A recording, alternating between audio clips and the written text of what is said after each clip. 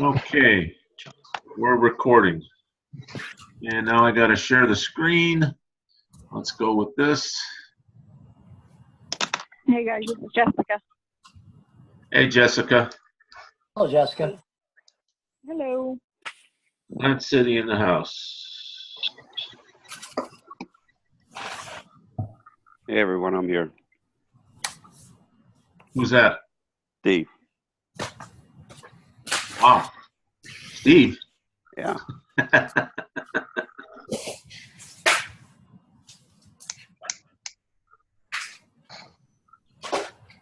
Okay. What does everybody have on their screen right now? Fences. United Soccer Association. Yeah, financials. Okay, showing financials. Okay, good. So everybody, we got the screen sharing going good. All right, and we're going to start at 7:04, and we're recording. Okay. For the purposes of keeping this short and not to have it drag on till 1 a.m. in the morning, we're going to have our welcome by Paul. Any opening remarks, Paul? We're going to run our regular meeting in the AGM afterwards. Is that what we're doing? Well, it's kind of, I think it's all kind of woven in between. No, the AGM's a separate thing. You'll take over when we do that, Greg. And you've got, you've only got the nominations. Okay, well, we've got the agenda's kind of woven in between everything, so. All right, so we'll keep. Come to an agenda. Welcome, everybody. This is our AGM meeting, although we're going to have a meeting and the AGM separately. You know, not much to report. We planned the 3 kids today get the scholarships that we give out. They're not actually scholarships, they're service awards. So 3 of the 4 that we gave out. So that and that was great. You know, I didn't see Joe's girl was there. We had 3 girls there, and the one fellow was playing today, so he didn't show up. But that's all I've got to report today. We just got to get this AGM thing done. Okay. And go from there. All right. Then the first order of business here is we've got a guest speaker tonight that we'll lead off with. Dave DiTilio. He's our Region C Vice President that is going to be running for FYSA President. Dave, the floor is yours. Hold 1 second. Just for everybody out there. Dave has been, he's the best guy we could possibly get to run this for what our purposes are, the way we run our league and we run our clubs. So we've got to get every vote we can in behind him every way we can. So from here to that AGM, we've got to all work to get those proxies in or to get our people over there and voting. Even the guys we know. So we've got to make a major push. So go ahead, Dave. Dave, before you start, so they can hear you, whoever's got a microphone that's catching all the background, can you please mute your mic? All right, that's better. Go ahead, Dave. Thank you, guys.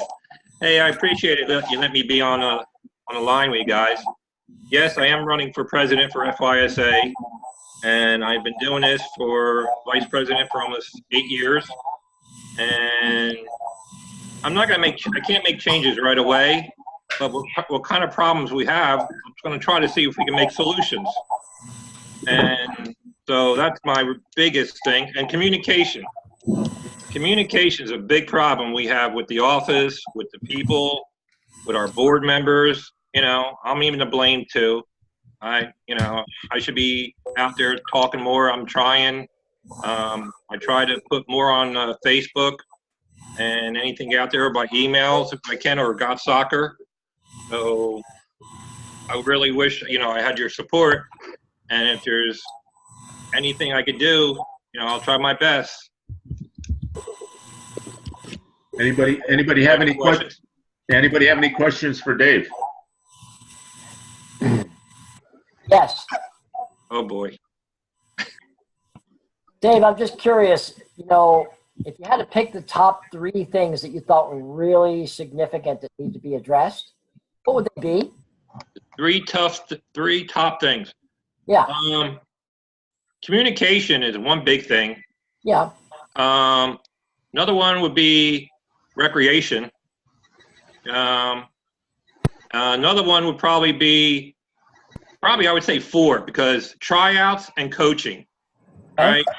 And I'm coming up, and I talked to Kai a little bit about this, and maybe have a little, and I pushed it to the board, and they weren't really into it, but I'm trying to maybe do it under the Region C blanket, to where maybe get Kai and a couple of coaching directors, and we ain't going to change it this year, but we can maybe work on it and come next year and find out how we can fix the tryout situation between US Club and us. Okay. I mean, it's not easy, I already talked to, I put a call out to Kevin McGovern from US Club. Mhm. Because he used to coach in the same club I did over at Carrollwood. So Yeah, I know Kevin very well. Yeah. right. So he says, yeah, give him a call.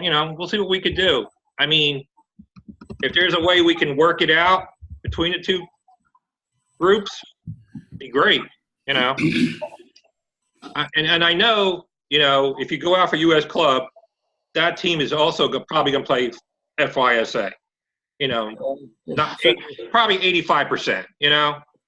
Maybe a little bit more. But if we could do the tryouts the same, and now everybody's, hey, I'm doing mine next week. I'm doing mine, February 3rd. Whatever. I've been having a lot of problems on that. So, and this is why communication comes in hand. We start talking about it. I think that certainly when you start talking about tryouts, talking about addressing a whole range of comprehensive issues that are related to tryouts. You're talking about the poaching rule potentially. You're talking about really comprehensive, look at all of the different aspects that are related to that of our rules and bylaws. True. It's not just changing the tryout date. There's a whole other. Well, we got to pay it right. You got to pay attention also to the rule changes. Whatever rules we can do, to keep it in our grasp. So, Yeah. Excuse me, who's got children running and screaming in the background? That'll be me. All right, not Kai. me anymore. Not Put 'em me in anymore. another, lock them in another room, Kai. Say your kid's back there, Kai. But you got better control of your kids. Dave, when you talk about coaching, talk to me. Tell me a little bit more about what you mean by that and what your thoughts are. I've been hearing, and this, I don't know if you could get it from your leagues, but when I went to Region B and I went to their league meeting, and I even spoke to some of the Region A, an A official, and one person's been trying to get a D license set up. No. And he's been trying and calling the office and trying to get it. We should have, there's got to be more than one coach to give this class. Well, yeah, obviously in the role that I have occupied, either in the past or now with FYSA and its instructional staff, Right. we could have a long talk about all the ins and outs of that. We also are now looking at, the fact that US Club is going to be, offering those courses as well. I don't know if you know that.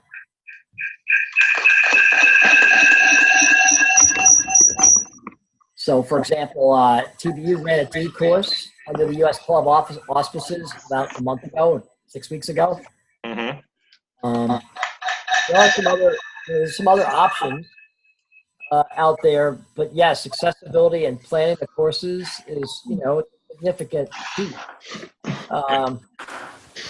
They've been handcuffed right now because of the fact that the D is, not really completely ready to be to be put out to buy fee. Sure. So, you know, Well, yeah. I know we have a new recreation director. I don't know if you met him Yeah, yet. Mark Godwin. Godwin. Yeah, so he's a nice guy. I met him a couple times already. Yeah. And I'm going to have I'm not calling it an AGM because I'm calling it like a town hall. And Yes. it's on June 10th, and it's over at Piper, what is it? Piper Fire. Right, I saw the announcement for that. Yeah, so we should have got it. And on June 9th, I have the Rowdies game where we're going to do a tailgate party. And for all the kids, with their uniforms on, they're going to get a free hot dog, water, and chips from us. Okay. So I put that on. I think, really, when it comes down to coaching, and I believe it is about taking the responsibility to communicate all the opportunities to everybody at all times. You know what I mean? I think just throwing it out on the website and saying, we've got this going, you're just hoping that somebody's going to be enthused enough to go to the website to find it. And, whereas that it should be in today's world, there's no reason why these announcements couldn't go out to everybody via email on a regular basis. True, you're right, and we should do that. And I'm even thinking about, if when I become president, doing a president's corner for like every month, saying, hey guys, this is coming up, and like Mike was saying, we have a D license coming up at over in Region B. Please call this number or get in touch with this club, or we're going to have a region D license over in Lutz, wherever. What's the fee for a D license right now? That I don't know. It's going to be I think it's going to be 300. 300. See, the problem I think so. I think the problem is that we have to get the club directors, Right. that are going to encourage their coaches and possibly these clubs.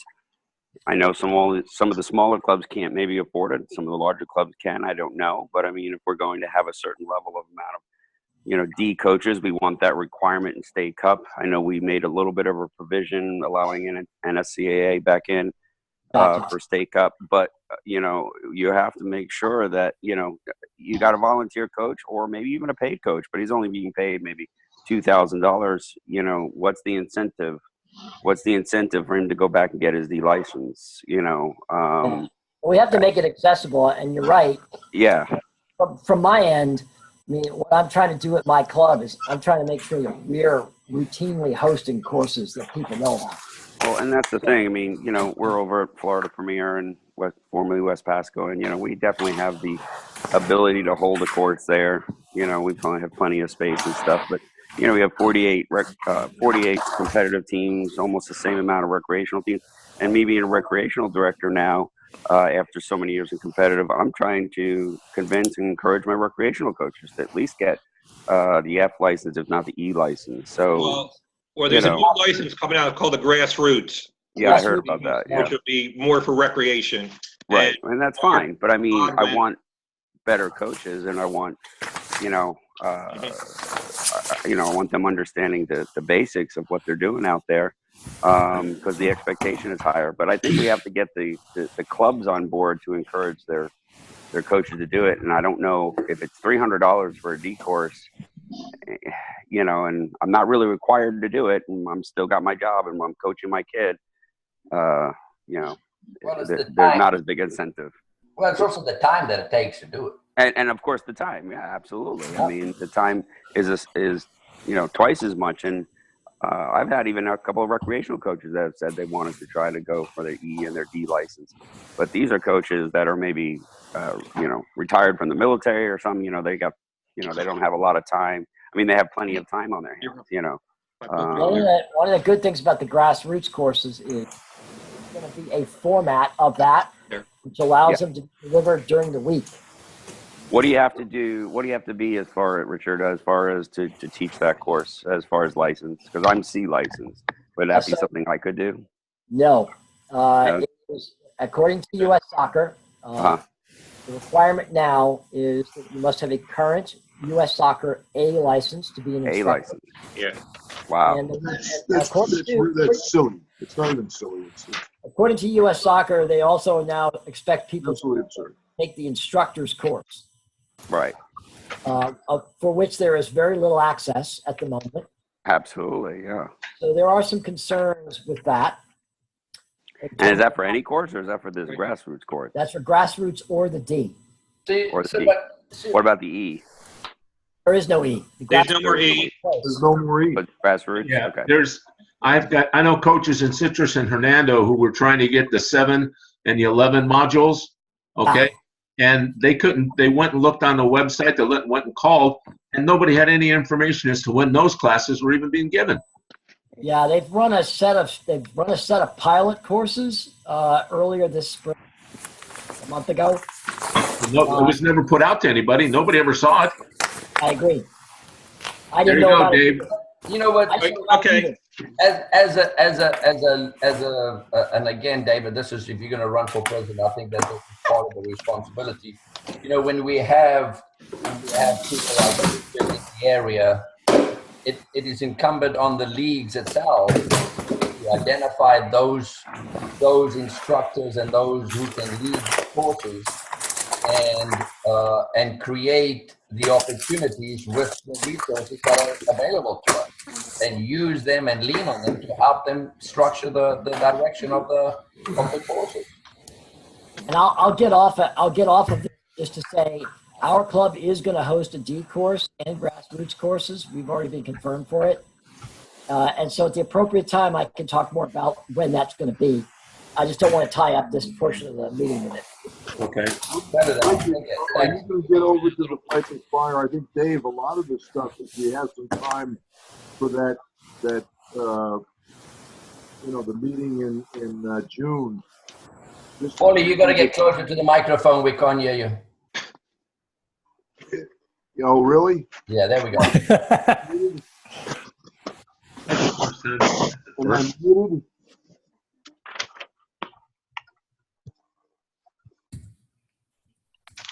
No? Yeah. I don't think I I'm just- muted. I'm not muted. No. Okay. We Keep can far hear away you. from the microphone. We got you. Can you hear me? Yeah, that's better. That's better. Well, I think June 10th would be a good time to do that and get into some of these discussions. Will you make some time at that meeting to do that, Dave? We just had a board meeting last week, and we received some money from USSF, and they're talking about 10 recreation coaching training courses given out starting this fall. So which should be online. Mike Strickler and Mark Godwin should be start setting them up, and he probably will say something during at the AGM too. And because right now the 4B4 grassroots modular, it's $150 deposit and $20 per candidate, and that's at 12. So 12 at $25. And then for the 7B7 grassroots, and these are 4 hours minimum, and they're 18 at $50 per candidate. And the 9V9 grassroots modular is 4 hours minimum, 18 at $50 again. And then 11 versus 11 grassroots modular, a 4 hour minimum at 18 versus $50. And then your your D license is 40 hours, 2 weekends minimum of a 4-week part. And it says maximum of 24 at $275 per candidate. Wow. So, I mean, so they're going to start putting them on, but I don't know where yet. Mike hasn't given us the time and the dates yet. So if Richard's going to have one at his place, if he can put it on over to USA's email list, and I can put it on my Facebook too. I'll let you guys all know because I do that anyway. So Yeah, and if you send it to my wife Jen, and she could get it on for Facebook. She does my Facebook for me. Regency. because I'm lost. Okay. Facebook and your barbecue. Damn, we got to hire her out. There you go. Facebook has a lot of people. Yeah, Facebook has a lot of people, so. So, All right. Anything else you got, Dave? no, but I just really wish I could have, your support. And like I said, if there's anything I can do for you, please just ask. And I'll do my best to get it going. All right. Changes don't come real fast, so they're going to take time. For sure. Well, I still want to be breathing when that happens.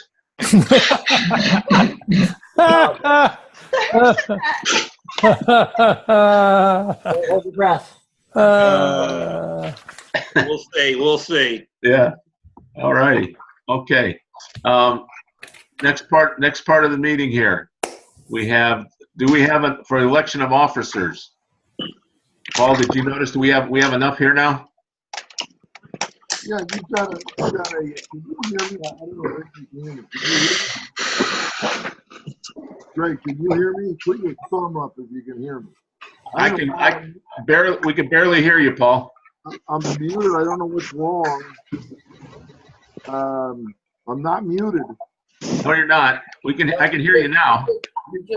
You're very low, Paul. You fade out every now and then. I don't know how I can help that. Is there somewhere down here I can do that? It all depends where your microphone is on your laptop and how you got it angled. Other way. Yeah, you got to go the other way. Go down with it.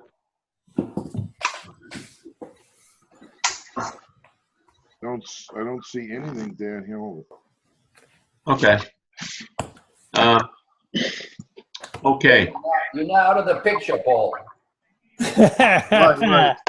I'm Paul, you got- putting my thing up here. You got to sit up, Paul. That's what you got to do. Sit in front of the screen, Paul. There you go. There we go. Yeah, I'm up here hiding. I got like downstairs. Technology. Technologically challenged. Okay, we got it. How about now? Can you hear anything I'm saying? Yes. You're good. Awesome. All right. Yeah. As far as it goes, we have a quorum. If I'm correct, Coco, Les, Ty, Sherry, you want to count them up? I think you've got plenty of votes. You've got a potential of 126, Greg. And Richard, you're with Wesley. You're president at Wesley Chapel. Wesley doesn't. I don't think. Representative, yeah. What's that, Paul? I don't think they have a vote. I think Les, Winter Haven, the Celtics, TCU, Braden River, FC Tampa. Right. Okay, then we got plenty. Les and Winter Haven. I mean, yeah, you've got. I think Sherry, check it, but I think that the OCT's got 53. Ty has got 26. Am I correct in assuming that? Les has got 18 or something like that. Am I correct? Yes, that sounds right. All right, so you've got 126 right there. You've got how much? I think we've got more than enough for a quorum and more than enough for 3/4 of a vote if we need one. But to my knowledge, we are not. No, we don't have any real proposals. Maybe one or two small ones for the for rule change. Hey, Sherry, did you get the email or text message from Terry Moriarty for Braden River? Yes, I did. Okay, so Mark's got that. Then it looks like we got plenty. Okay. Then in going with the election of officers, I've got Vice President of Girls, Steve Emerson, has agreed to take that position again. Is that correct, Steve? That's correct. Are there any other nominations from the floor? All in favor of Steve, if you'd raise your hand, everybody can see. I don't know. Can you see my video on? Hold on. Yeah. I got you. Okay. This would be for the presidents. This would be the AGM vote. Right. So Mark, Yep. are you carrying Braden Rivers' votes? Yep, 33 votes. Okay, Coco, is Coco still here with us? Yeah, Coco's here. I got Coco's hand up. Between that, there's 86 votes between Braden River and Coco, so I don't think you're gonna. All right. You got Kai. So Steve Emerson will be the vice president of girls. Have you got the votes in front of you, Greg, as far as who's got votes? I don't have that email. Sherry's got it though. I do. Just read that quickly, Sherry, so we all got it in place. Braden River is 33, Celtic is 10, FC Tampa 52, Pinellas County 20, and Winter Haven 11, actually. All right. So there's plenty there. Okay, we're good. All right, VP Junior Boys, Mike Connell has thrown his hat in the ring. Are there any other nominations from the floor? All right, that's Okay, I guess that's, we get a show of hands then from those for Mike Connell, I got Richard, I got Kai, Les, Steve, and I'm looking for Mark someplace. I'm here. You can't see it? I'm waving. I see you, Mark. Okay, we're good. Here's my queen. I got you now. Okay. Okay. Mike Connell will be VP of Senior Boys. Or Junior Boys, sorry, Junior Boys. All right. Treasurer. What happened to senior boys? It's every other year, so senior board. Oh, okay, my bad. Yeah. And secretary will be next year again. Gotcha. Kai, you're interested in running for treasurer again? I'll be back. Yay! Kai, you did such a great job. Any other nominations from the floor for treasurer? What do you want to give me? All right. Can we get a show of hands from those allowed? Sure, Dan. Finish that and give me a glass. For Kai? I don't even think you need that if there's no opposition. Les, Coco, okay. Good deal. All right. That leaves us with at-large positions. We've got three at-large positions. Three at-large positions. Right. We had Merritt, Yes, Joe Quadracki, and Jessica. Yeah, so do them individually. I know we've got two more, at least two more. I know Les has had his interest. John has an interest in being on the board. We won't, there's no sense voting them on or off right now. It'd be more, let's just take the selection and then expand the board if we need to. We can do that. Oh, how many can we have at large? So let's just go with the vote for those three right now. Okay. Let's go with. All right. Let's start out with Joe. Is anybody else? All in favor? Okay. Aye. Aye. Aye. And Jessica Vargas. Plant City. Can I have a show of hands, or better yet, let's have an aye, because I've got a scrolling. We get an aye from everybody, or yes? Aye. Aye. Yes. Aye. Okay. Thank you. I don't see it showing me. I didn't even ask. In the middle of the two, there's a white line in there. I didn't even bother to ask Jessica, but you accept Jessica? Yes? I'll take it. You're voted in anyway. You're voted in. All three of them are nominated. And Merritt. Bring the peanut bridge in. And the vote for Merritt Guthrie, please. Aye. Aye. Yes. Aye. Remaining. Okay. Married for 5 more years. Yeah. Okay. So.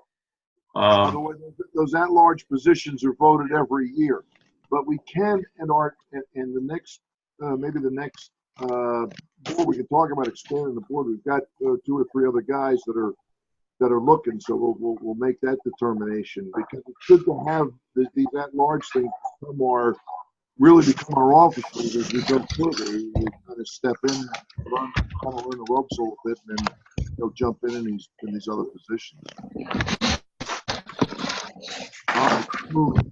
Awesome. Okay, moving right along to proposed rule changes. And this is a weighted vote by the number of votes that you have per club allowed to vote. Only for the clubs. Right, only to the clubs that are allowed to vote. First rule change, mutual forfeits by team will be allowed as long as the home team pays the referee's fees and both teams pay a forfeit fee of $100 each. That $100 forfeit fee is to keep the integrity of the schedule and the league. Is what that fine is for. As a point of just to make a point on this, we do not have a time frame on this, Greg, and I don't know that you can really set something like this without a very specific time frame as to what involves.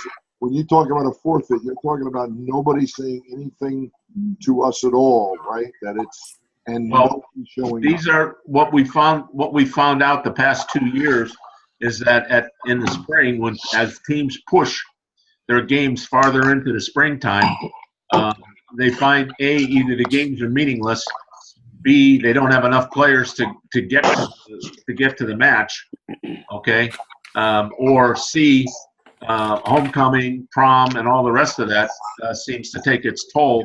But here's my question: why would we have it a referee fee attached to it if we move far enough ahead that the game was not received? Paul, can you bring that up again? Because whoever's got the mic that's got all the noise on it, we can't hear you.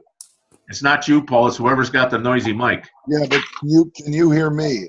What troubles me is I don't know what's wrong with this mic. No, but you're fine now, Paul. Paul, right now you're fine. Right now I'm fine. Your mic is fine. It's whoever's got the background noise that's killing us. Yeah, but I don't see my little the yellow around it, Greg. You're fine, Paul. Paul, right now you're fine. Okay. It's kind of where you're sitting, Paul. The question is on this: if they're going to forfeit 3 weeks ahead of time, why do we have it? Why would we ding them for referee fees? You wouldn't have any refs. Am I correct? So you're basically just talking about games that just agreed not to be rescheduled, really, because I understand where you're coming from, Paul, because we've got a 48-hour rule for referees. Yeah, I think it's confusing for me. I think it's a confusing. The wording is confusing because we had a team, in fact, argued here that the refs showed up or they didn't show up, and they were getting a $350 fine for forfeiting. It had nothing to do with referees showing up or not showing up. This with the referees it confuses the issue. If they're going to, in my opinion, I wouldn't go for this as currently stated because it's too confusing. We can make a rule without an AGM, without a bylaw. We can make a rule as far as how we're going to do things. why would a home we got to team? clean this one up. Yeah, why would a home team forfeit, knowing they had to pay the referee fees if they were able to play the game?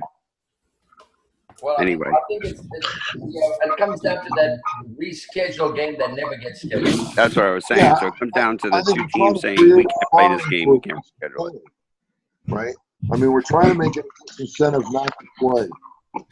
But calling it a referee fee is really confusing because in most cases the refs may or may not be paid. We'll pay the refs anyway out of the proceeds of I think we stay with a fine to that, my opinion. So I think we need to look at that and kind of redefine that. I think You want to redefine it if it's inside of 48 hours?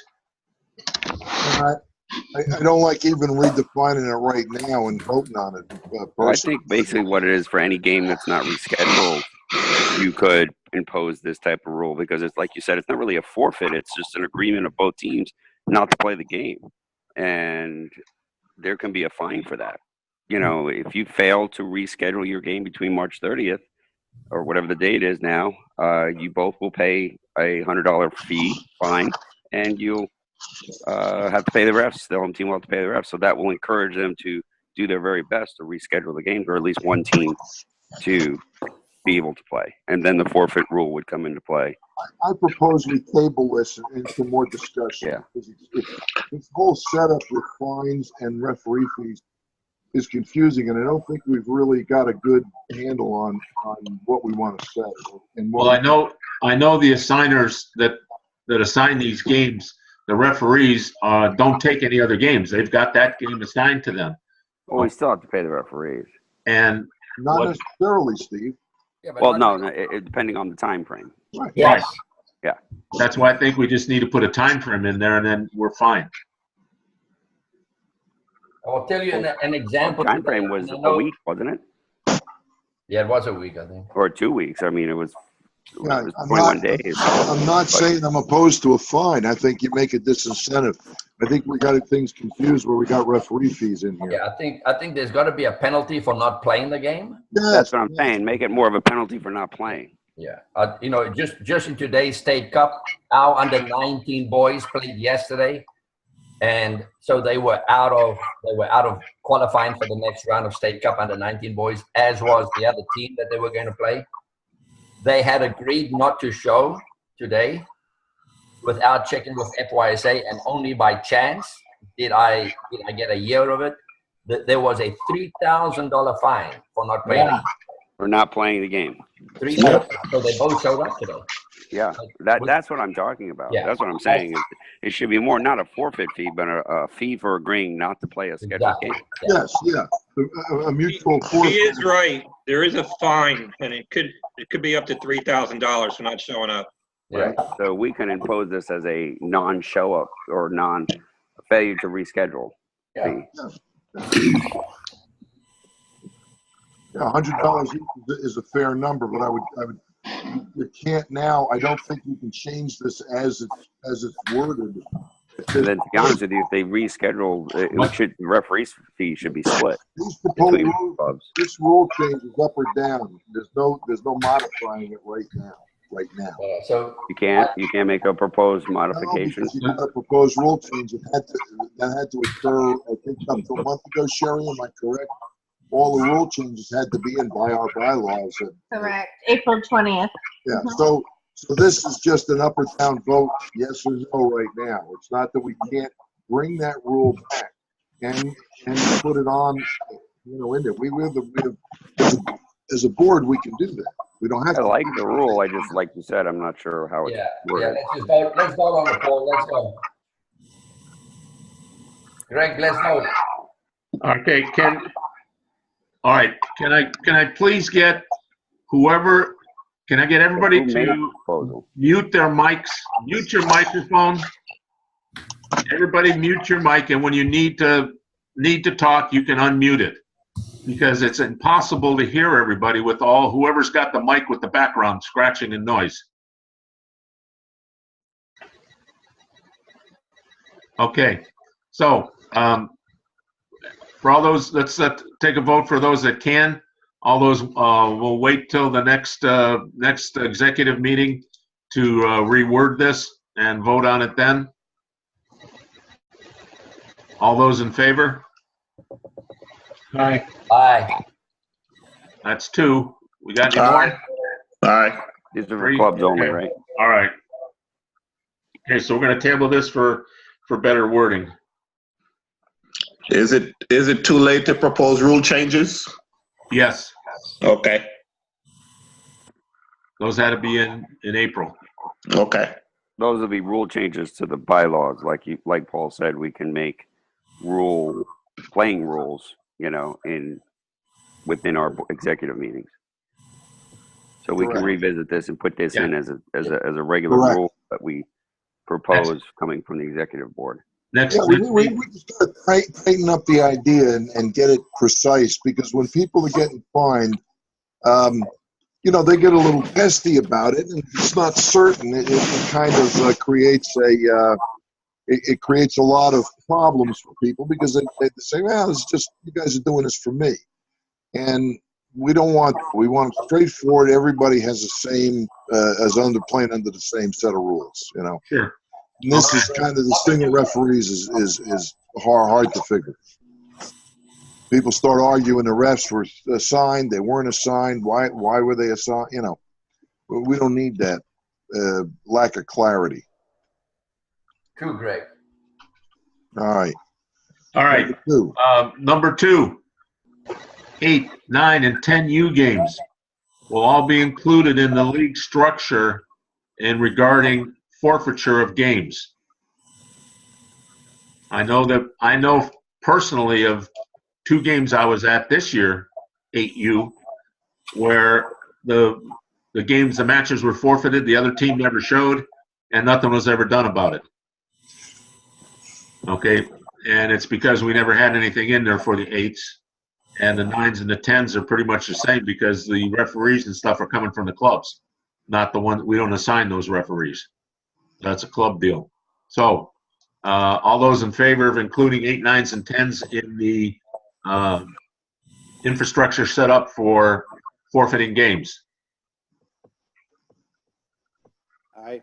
Aye. I agree. Okay, I got 2 ayes. Aye. Aye. Okay. All right, so number 2 passes. All right, number 3. Okay, a $300 fine for teams pulling out at any time after the schedule has been made. A $500 fine for teams disbanding, plus a $500 performance bond the next season. What's the difference between disbanding and pulling out? Yeah, I don't, that again is unclear. Yep. Well, I think put $500 what that means is this.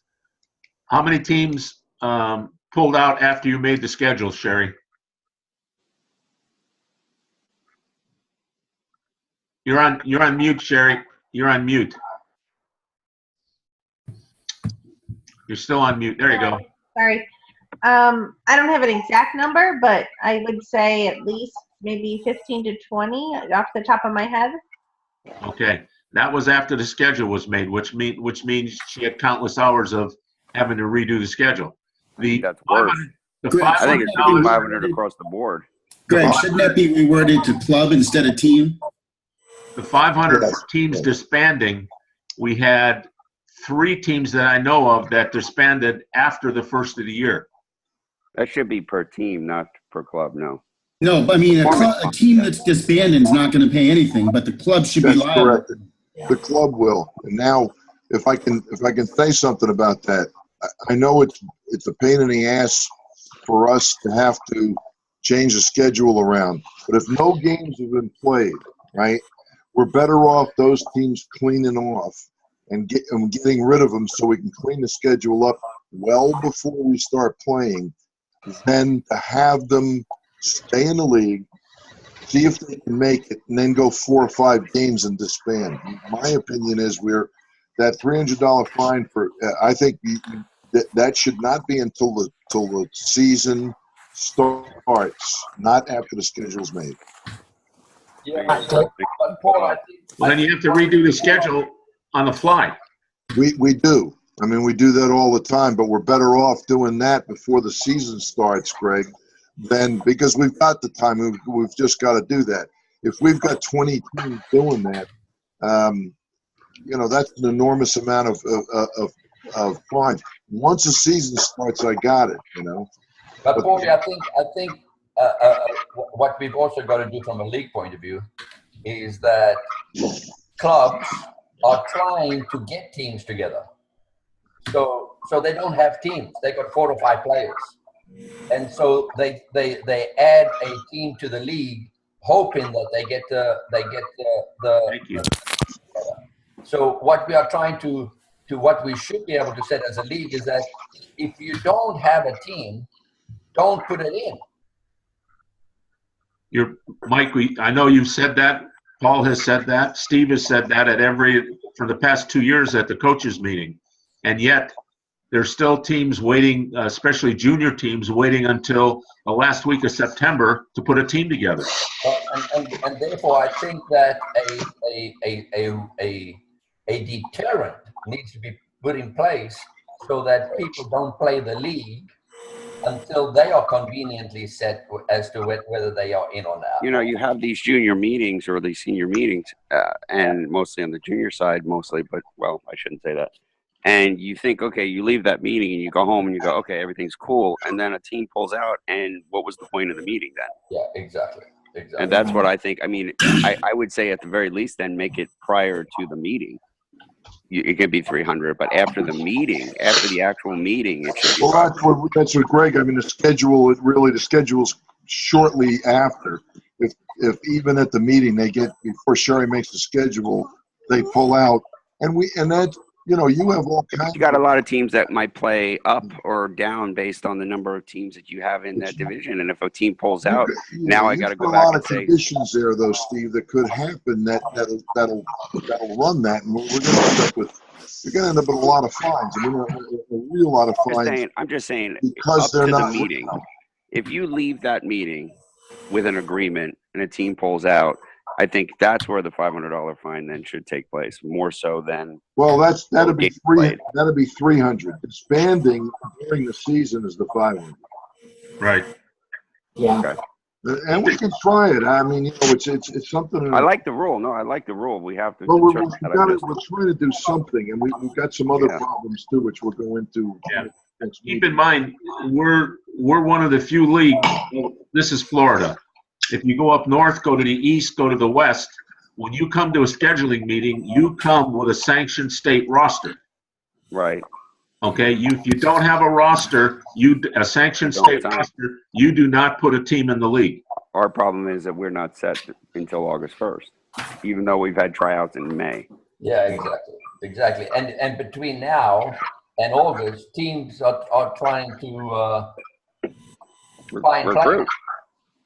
They're recruiting at this point. Yeah, and they're losing players because someone else is stealing the players they thought was on their team, only to find out that they're gone to someone else. Exactly.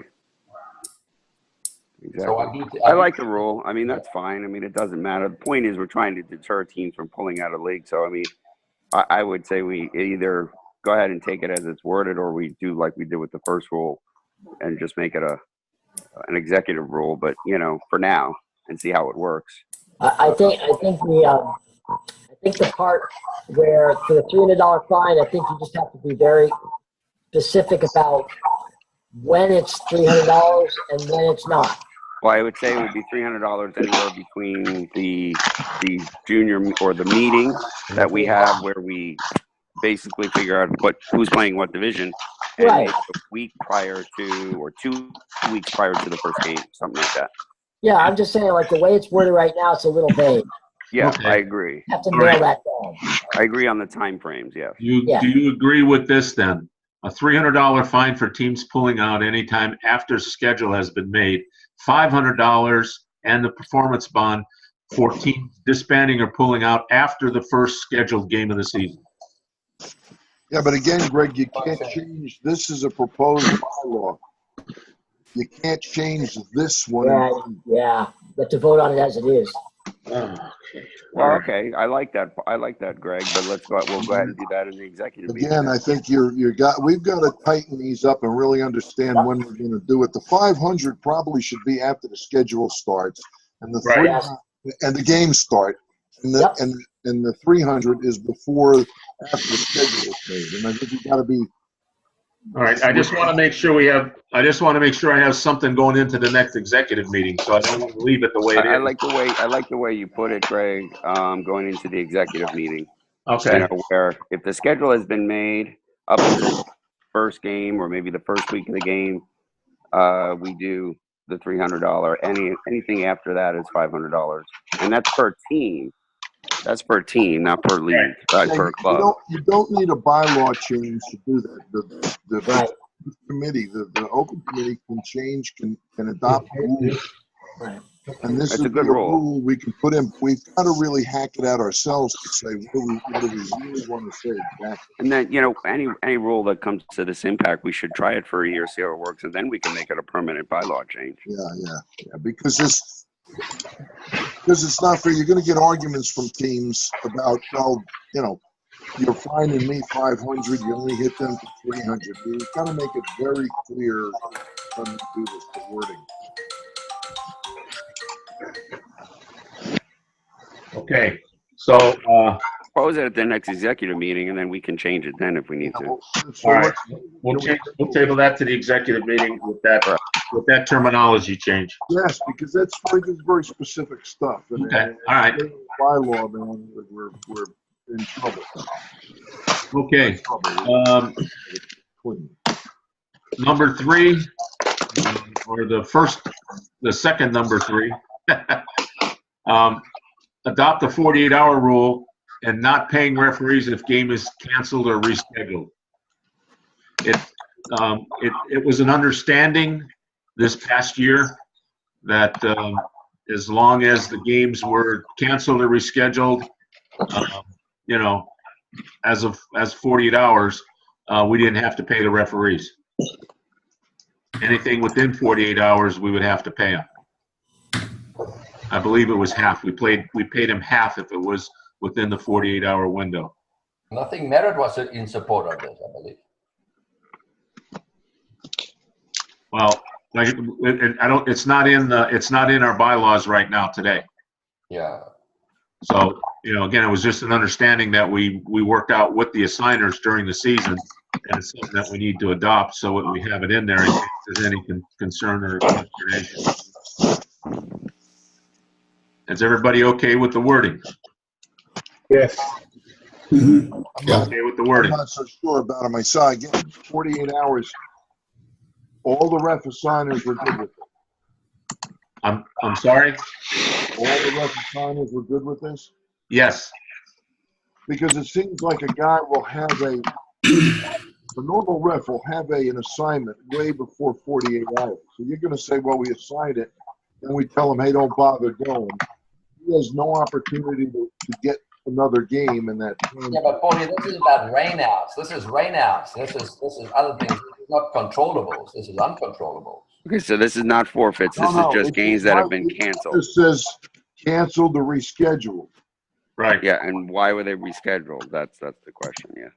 Well, what happens is there's no consensus from the two coaches, and they drag it out to the last minute. Yeah. See, that's the problem. I think there's missing wording in there. Well, we can't. That exclude. You could say excluding forfeits, or I think if it's based on weather or things that we cannot control, like fields being unplayable, that would be fine. Well, cancellation is a cancellation. Yeah. I mean, it doesn't make a difference why. Okay, so not a forfeit. Well, so no, in other words, we're not considering a forfeit a cancellation. Well taken. Rain, yes, right? It's something uncontrollable. That's one thing. But we don't say that here. We're just saying cancel the reschedule. Right. Why would you allow why would a reschedule be allowed 48 hours ahead except for rain? You can chime in with that, Sherry. How many do we have of those? And what were the reasons? I'm sorry, what was the scenario? Reschedules within 48 hours. For any other reason other than rain? Hundreds. But other than rain, other than weather. Lots and lots. See, why? What were some of the reasons? That shouldn't be the case. That shouldn't be allowed. That shouldn't be allowed. What was the reason? Just, multiple. If y'all, I think y'all have access. If you go into Got Soccer, pull up last season, the number of reschedules, I tried to count it because unfortunately it doesn't give you a number.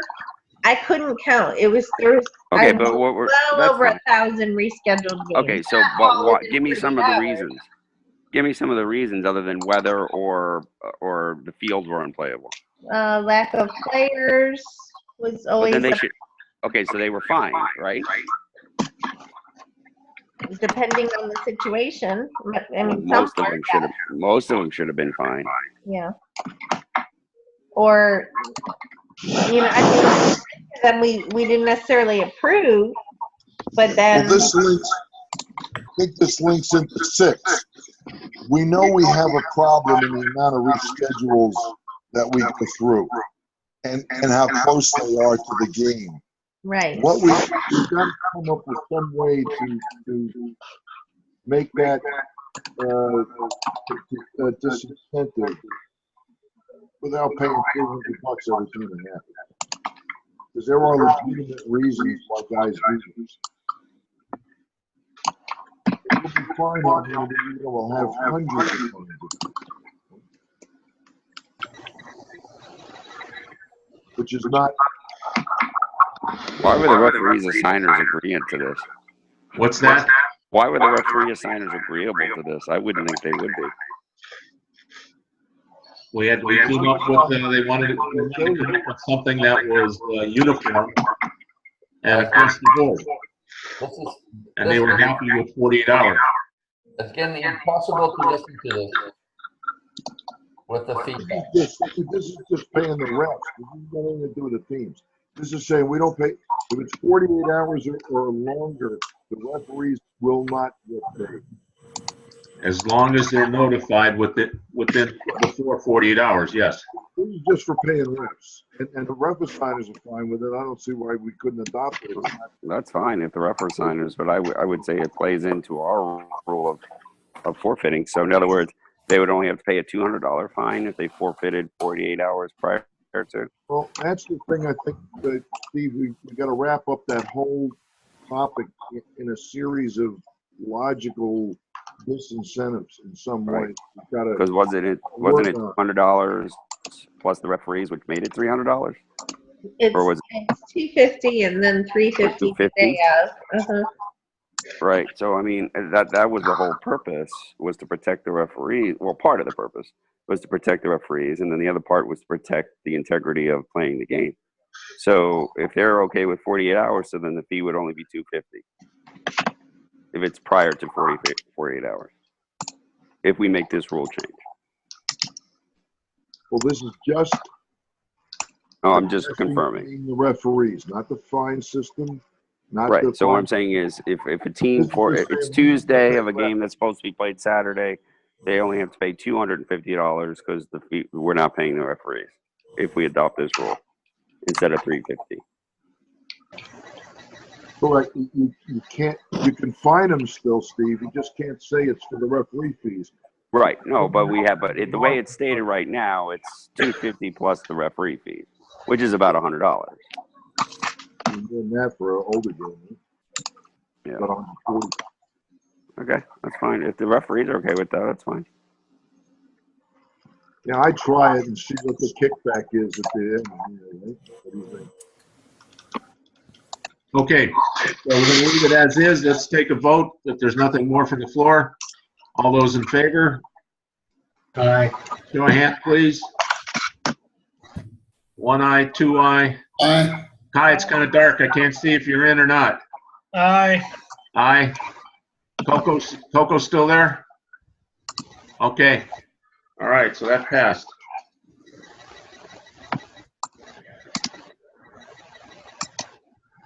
Okay, so number 4. Players on suspension cannot play for any team while under suspension, including club pass to another team. Aye. USA. Aye. Aye. Everybody likes that. Okay. Aye. Well, but what about outside USA, right? What about outside USA? We can't control anything outside the league. I think Right. We don't care. It's just that right now, if the player is suspended, it doesn't prevent him from going club pass for another team. Unless it's a different league. Another USA team. Right. We don't care. We don't club pass to. They can club pass to whatever they want. But for you, I thought in FYSA though, is if you were suspended a game, you had to serve that suspension on that team, so you could play in any FYSA sanctioned event. But it doesn't preclude you from club passing to another team. Even under FYSA rules? I thought you were supposed to not be able to play anywhere until you serve Correct. suspension with that Right. team. That's what I'm Right. saying. So it wouldn't Right. matter if they played another game with another team. That's violation of the suspension. Yeah. Yeah, it's a red card. Exactly. So I don't think I mean, again, we could vote it in, that's but I think we're just redundant on it.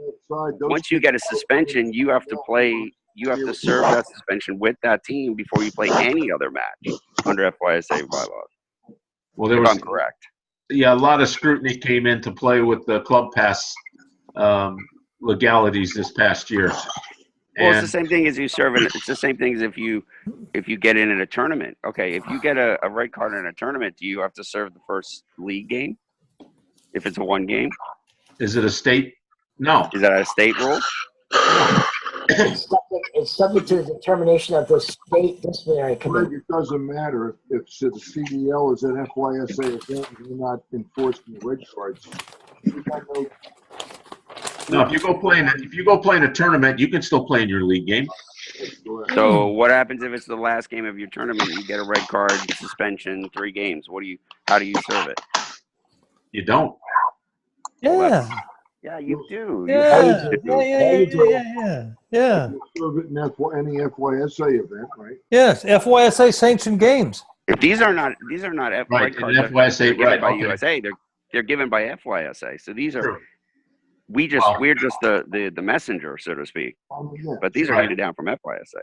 So if you get suspended in a league game, and then next week you want to play, you're not going to play in your game, and you're going to club pass to another team. If you're going to play in that game prior to serving the red card, then that's violation. Can I say something real fast? Yeah, say it real fast. Oh, boy. If somebody's with a suspension, he is suspended from that team until he serves his suspension. He cannot play with a club pass on another team. Right. Serves that. Exactly. It's the same as a tournament or anything. Right. Right. Yeah, so this rule. What if someone was guest playing for another team, got a red card? They have to serve it with their original team, right? Right. It's the only way they can work it off. We're looking that one up. That's a good call. Let's vote it in. Vote it in. Yeah, let's get it. Vote it in. It's redundant. I mean, it's not going to hurt it.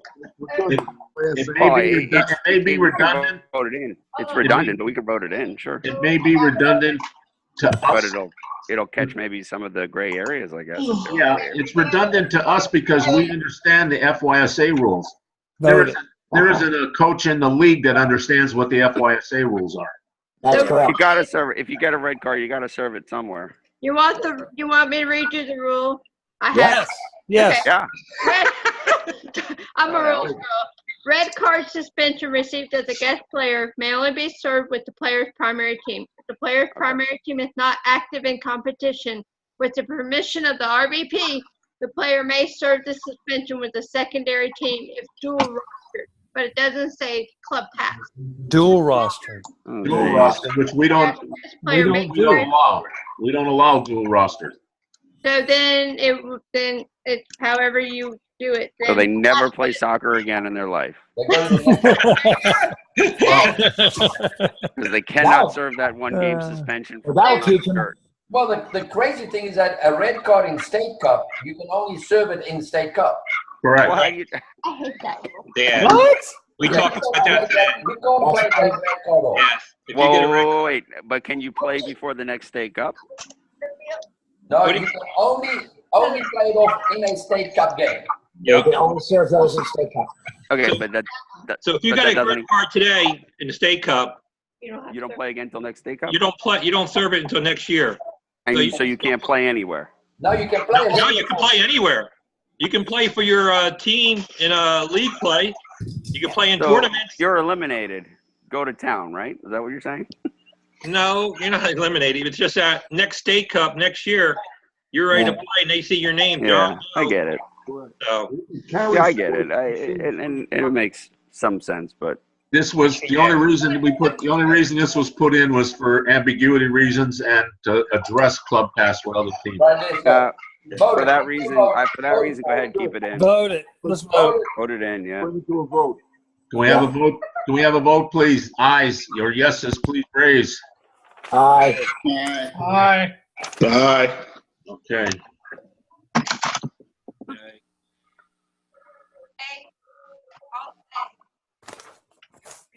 You know how. Okay. Let's move right along here. We'll be here all night. Okay. Coaching, we've had this happen on quite a few issues this year with coaching directors. Okay. Coaching directors must be on all teams as an assistant coach. And when at a game, they either sit on the spectator side in a non-coaching capacity or sit on the team bench. As long as they're on the roster, yeah. Well, that's what I said. As long they can sit on the team bench if they're an assistant coach, and the number is such they'd have to get rid of a manager if they're going to sit there because you can only have so many. Right. But what if you got 3 teams playing at the same time? Well, I've noticed, I've witnessed firsthand coaching directors running up and down the line on the parent side, coaching the team on the field. Are you kidding me? Nope, absolutely not. Makes no sense. He couldn't possibly. We also had be everywhere. We also had an issue from one of the clubs that a coaching director at a certain club was sitting in between both benches and was harassing the visiting team. Right. You can't make a rule like this to cover insanity. But that's not going to cover that. Well, he either sits on the bench or he goes to the other side. This rule cannot be enforced in any possible way. It's up to the referee. If you're not on the roster, you should not be on the sideline. And it's that referee's job to enforce that. If you're on there, if you're on the roster, then yes, you can as long as you present. Look at a guy like Mike. If we compel him to be listed on every single team that he has, he's got 48 teams, 40 teams, and we say you got to be on the roster and you got to be there at the match in case the referee, in case the coach gets kicked in. But again, I thought that was already a rule. No, we can't compel a head coach to do that. It's ridiculous. It's not enough. You would have to cut him up, send him around. No. I'm saying if you were going to sit on the bench, you had to be on the roster. Well, or the game card. That's the club's decision that they put. If they're smart, they put them on all the rosters. Correct, which most of the clubs do. So what I'm saying is, if a referee. This is why I was voting for it. My club couldn't figure that out. So I'm saying is if a referee notices someone sitting on the bench and they're not on the roster, I don't care who they are, they should send them over to the other side. See, that's not the problem in this. The problem in this is we're saying to the clubs, he has to be on the roster. You have to be. He has to sit in and fill in for the coach if he gets killed. It's not possible. Most of the head coaches, how about an away game? He's not going to be there. I mean, this is just, we're making a rule here that's passively unenforceable. Yeah, I don't know of any club that doesn't put their director of coaching on almost every roster. That's Greg's complaint. He's absolutely right. We've had it happen this year, but if we do this, that doesn't solve that problem. It solves the problem in a way that's not enforceable. I'm just trying to determine the purpose of the This rule. bylaw says that the coaching director must be on all teams as an assistant coach. And when at a game, either sit in spectator side or non-coaching capacity or sit on a team bench. But we're yeah, you're right. That's going to be almost impossible to enforce. I don't see that that's a reason, right? It's not a reasonable thing for us to compel somebody how to roster their head coaches. Well, I thought you weren't allowed to do that anyway, be coaching from the other sideline. Well, I thought that was something you could be dismissed from the, like the referee could come and say, you need to leave for coaching on the side, on the other sideline. But that's not the problem with this. The problem with this, Steve, is we're telling every club they've got to put their head coach on all of the teams in their team. And that's not our place. That's not our place to be telling every club and every member of our association how to handle their rosters, head coach, how to roster. I think that's. I agree with you, Paul. I don't think we need the rule. That's what I'm saying. But again, not only that, it's not enforceable. I mean, if you see it's enforceable by referees if they want to, but as a club standpoint, it's very difficult. In there, but it's well, okay. This was just, again, it was just put up. It's put up for vote. Right. All All those in favor? Okay, crickets. All those opposed? All those opposed, please raise or say nay. Okay, so that one failed. And we're almost there, almost at the finish line, folks. Number 6 isn't specific enough. We got to table it. We're going to say limit the amount of reschedules. We've got to make that up. If we're going to make a bylaw, it's got to say, and we as a board, all of us, have got to come up with some idea as to cut down on the reschedules and how we make it less, to disincentivize it something. But we got to come up with something rational way of doing it. Just saying we want to do it is not good enough. That's not a bylaw. Okay, so we need to quantify number 6. And we have a Can I ask a question? Yes, Richard. Question is, a couple of years ago, I ran into this, so maybe it's been fixed and I just don't know. At one point when we did our schedules, you had some capacity to block off some weekends or some dates in Got Soccer that were not, supposed to be scheduled on. I think they gave you maybe 3. And for some reason, it never really processed. So has that ever been fixed? Are you saying the No, team and I'll tell you why, because we can reschedule in our league, except for the blackout dates, which are really state cup and President's Cup. We have the capacity to reschedule each other on any day. No, I mean in the draft rescheduling period, or rather in the when you submit your schedule. There used to be a thing where you could designate certain blackout dates for your team. You still can. We do. Okay. We do. When we did that a couple of years ago when I was at Fishhawk, we ran into a problem where we did that, but got scheduled on those weekends anyway. Now, at the time, we still get a few. Okay, because that's my question. I just didn't know. Yeah, the time, Richard, the days that we do that are generally a very large state cup, President's Cup, Commissioner's Cup, where first there are no referees, and so we black out those dates if we don't want to make reschedules. If a club has, the last Sherry, we had 4 or 5, and we were able to schedule them because there were enough refs to cover those few games. Right. In the main, that worked. This thing, our problem is, Richard, we've got, after the rescheduling period, right, we've got 300 more reschedules. After there are no more. Oh, more than that. More than that. So we got 800 reschedules after the reschedule period.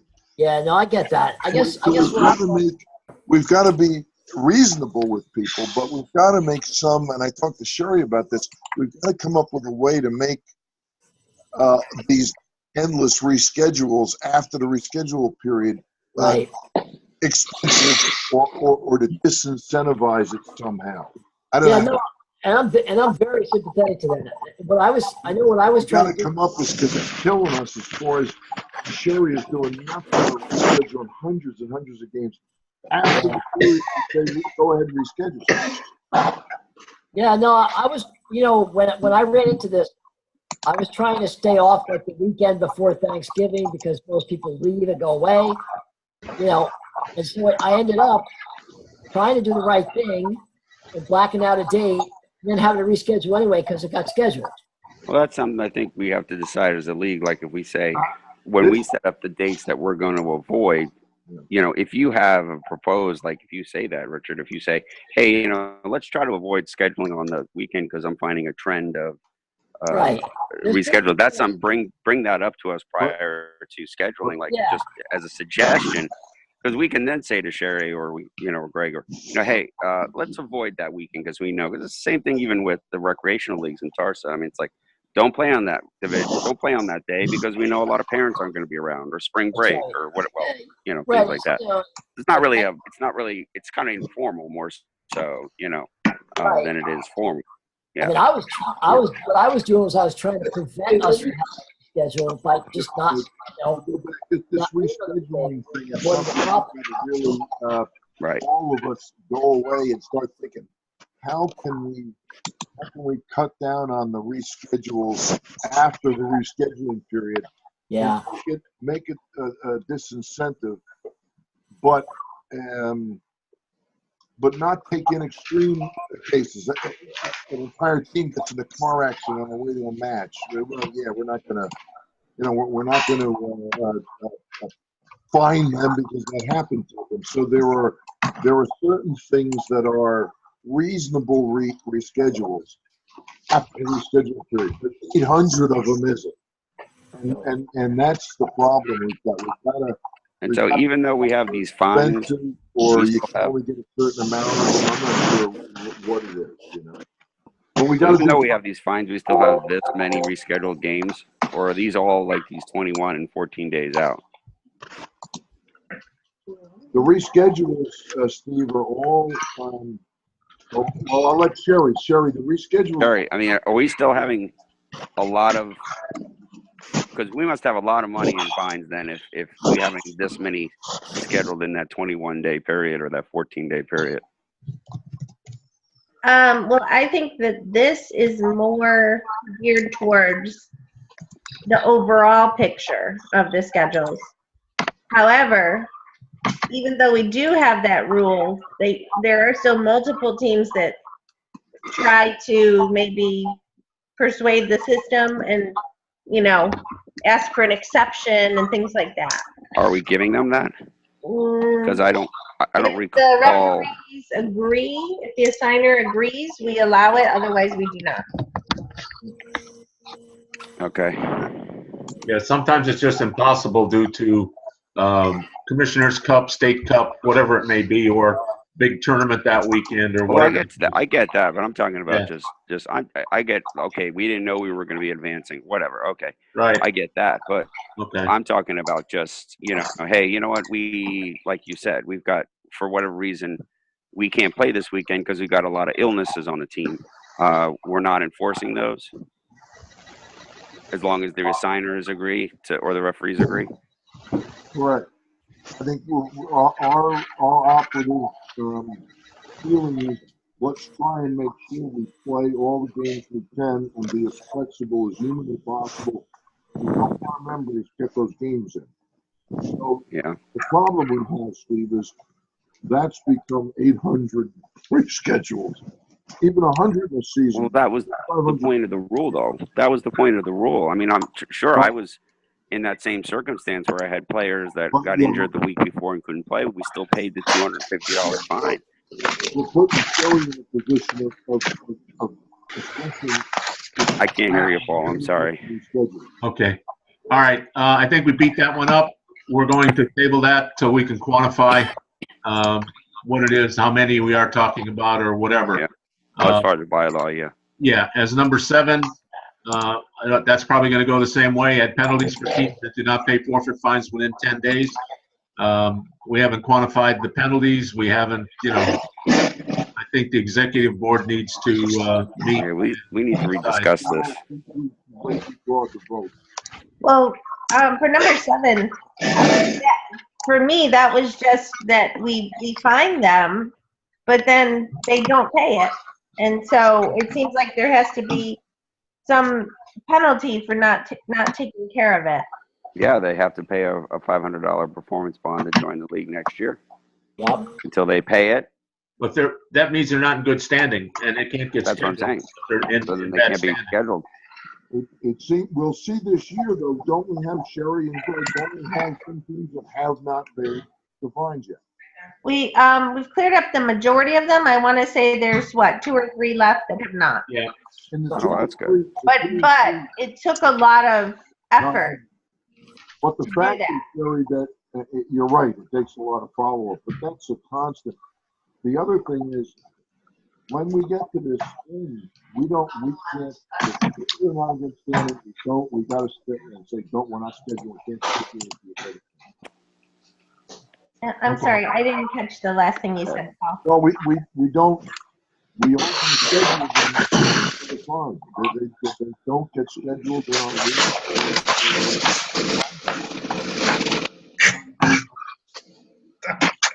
Who's got the crazy mic? Seriously, I think we need to mute unless you're ready to talk, because nobody can hear what anybody's saying. Yeah. Okay, so we're gonna table that to the next executive committee till we can define and quantitate what it is that we're going to do with that one. As far as I can see, Paul, that is the end of the AGM. We don't have any other issues, items, or anything to discuss or vote on from that perspective from the AGM. So I'm going to, unless anybody is adverse to it, we're going to close the AGM portion at 8:24. And we can go into our normal monthly May business.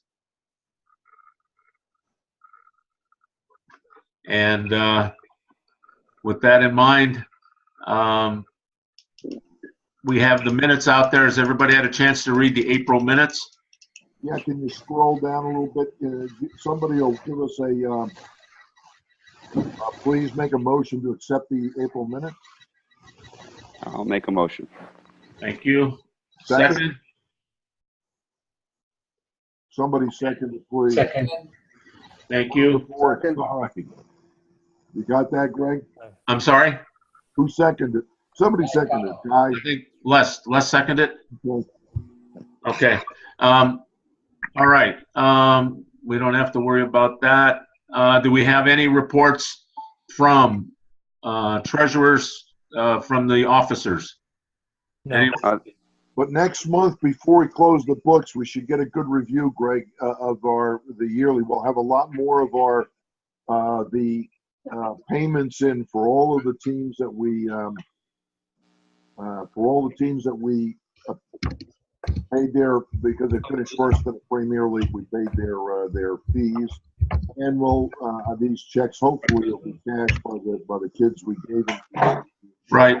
Just so you can look at your screen, you'll notice that we are balanced from bank to what we use in our accounting system in QuickBooks. Those are the balances. All the balances match. Everything's is up to date and paid. So we're looking pretty good. I mean, we just put out $7,000 today for the awards, the grants. So we'll be $7,000 less in the 6716 account, and we still have some admin stuff. And this coming FYSA AGM will be coming out of this as well. Let me ask you something. The 6716 is operative. That's where we disperse funds out of, correct? Right. We disperse out of 6716. We take in 6431 still flows into that.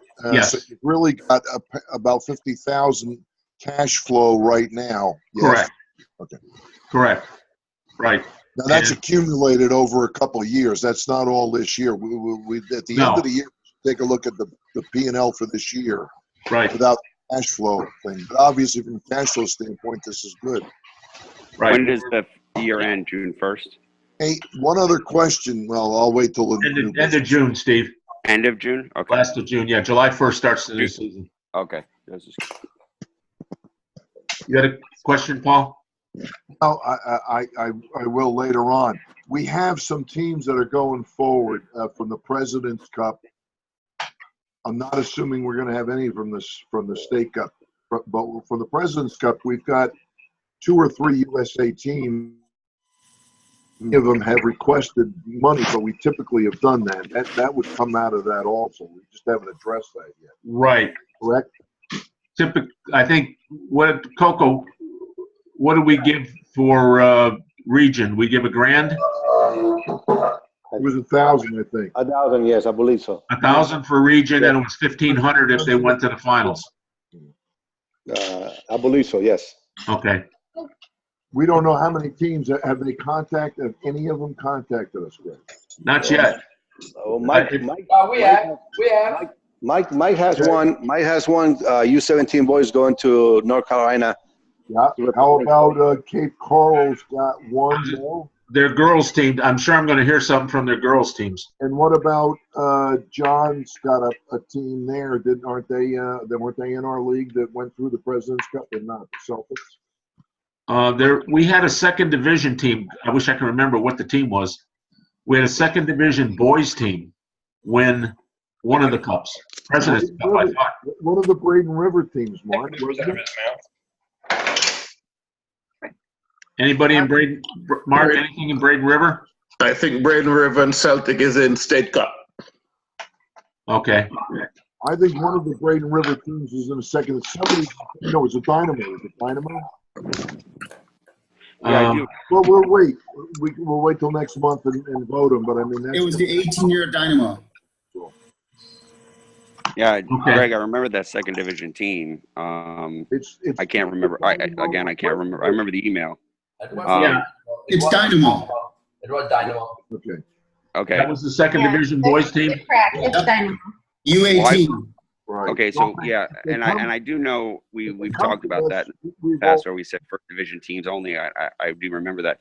But why would we if they advanced? No, we don't give the entry fee to anybody else other than Premier. Right. Yeah. But if they do advance, it's a travel fee. We've always. What's the difference if they've advanced? Because we've always done it. Because the team's going to ask us if they need money to travel. They've been very successful and they've done well. I know that, but why would we limit it to just Premier at that point? We don't. Advance, I don't think we do. I think it's the confusion is that the Premier is the Take up reimbursement of the fee. Oh, I see. Right. This is the reward. The winners of the Premier League in every one of any tournament they enter. Either it's because they won the Premier, not necessarily they were in the Premier. Correct, because they won the Premier. Yeah. See, that's the confusion. They won the Premier, so we pay their entry fee. Okay, so we'll still help with travel costs, though. These teams have now won the President's Cup and are asking us for travel funds to help them go to the next round. And they're USA teams. There's only 3, I think. And we've always done it. Okay, so that rule doesn't very apply. Very rarely were they the Premier team winner, but almost never. Okay, so that rule doesn't apply if we decide we can help them with travel expenses. Yes, absolutely. Right. Yeah, okay. That's good. All right. We always have. Anyway. Yeah, I know. It just kind of makes sense to support the teams from the league that do manage. And that's kind of whether they win or lose. That's pretty cool that a second division team, though, in our league can go through. I would think you'd want to reward them more, but I understand the rule as far as paying the. Well, we typically have given for the next round. We typically have given them $1,000, and then if they win through that one, we've given them $1,500 because they're going to travel to Oklahoma or something. Right. Wherever it is. Okay. Okay. So that person asking, we should tell them that we will. Haven't asked yet. The 2 of them haven't. Well, the one second division team did. There was an email. Yeah, you're right. And I don't know if the Celtic girls, I don't know if they've asked. I don't know if they were in the league. But as we get them, we'll. But I think the rule is that you have to have played in the league. Yes. Not that your club was a member of the league. No, the team has to have played within the league. Yeah, absolutely. Okay, so as long as that team has played in the league, we can tell them we will help them. We just don't know what capacity yet because we haven't voted on it. Yeah. Okay. All right. I mean, we can give them more. There's no restriction. Right. It's typical. That's what we did. Okay. All right. Okay. All right. So we're done with that. Under old business, we need to check and clear up all our red cards and yellow cards prior to next season. Sherry, we're gonna send out a notice to all the clubs for the club affiliation form. I did already. Okay, that's cool. And it's posted on the website as well. For me? Outstanding. I've gotten a few, but not nearly all. So I'll send it again. Hey, Sherry, how did that work this year with the accumulation of the yellow cards? Were you able to do, I mean, just as a quick assessment, or, you know? I only recall a few that we actually did The have red to card. card to. Right, Greg? You were tracking that until more than I Red, was. yeah. Yes. So Right. was this Yellow cards, I believe I in the last 2 weeks, when I went back and took a look at everything, we had to suspend 2 players. Yeah. For accumulation. Because they had accumulated more than 4 now. Okay. The question that is still ambiguous that we haven't really discussed, which we will have to, Right. is, does that carry over to next season or not? Right. I think it should, but yeah, you know, we mean the yellow cards or the red card? Red cards, I believe do, but again, the yellow is an accumulation. At the end of the season, do we just wipe it clean? I think so, but we can discuss it. That's too much. It's going to make it too difficult to track all of that stuff. No, I think we wipe it clean after the season. You know, that's my opinion, but We'll be bogged down in there. yeah. I was just curious to see if it was it hard to track? Was it because we were worried in the beginning of the year? No, not at all. Not at all, Steve. Because so definitely a rule we want to keep in place, probably. Yeah. There's a disciplinary report that shows all the players that get reds and yellows. Oh, good. And you can sort. We were right there with it, but not many did accumulate enough yellows. We did have some, but not a lot. And I wonder and this would be hard to track. Obviously, now you could do research on it, but I wonder if yellow cards were down because of it. Hard to say. You'd have to compare that to the year before. Yeah, hard to say. But again, you know, it's out there. We probably had. I'm trying to. It was a whole page, so I'm thinking we had about a dozen to 15 suspensions. Okay. For the whole year on yellow. So that's not so bad. That's not bad. That obviously then, you know, a lot less.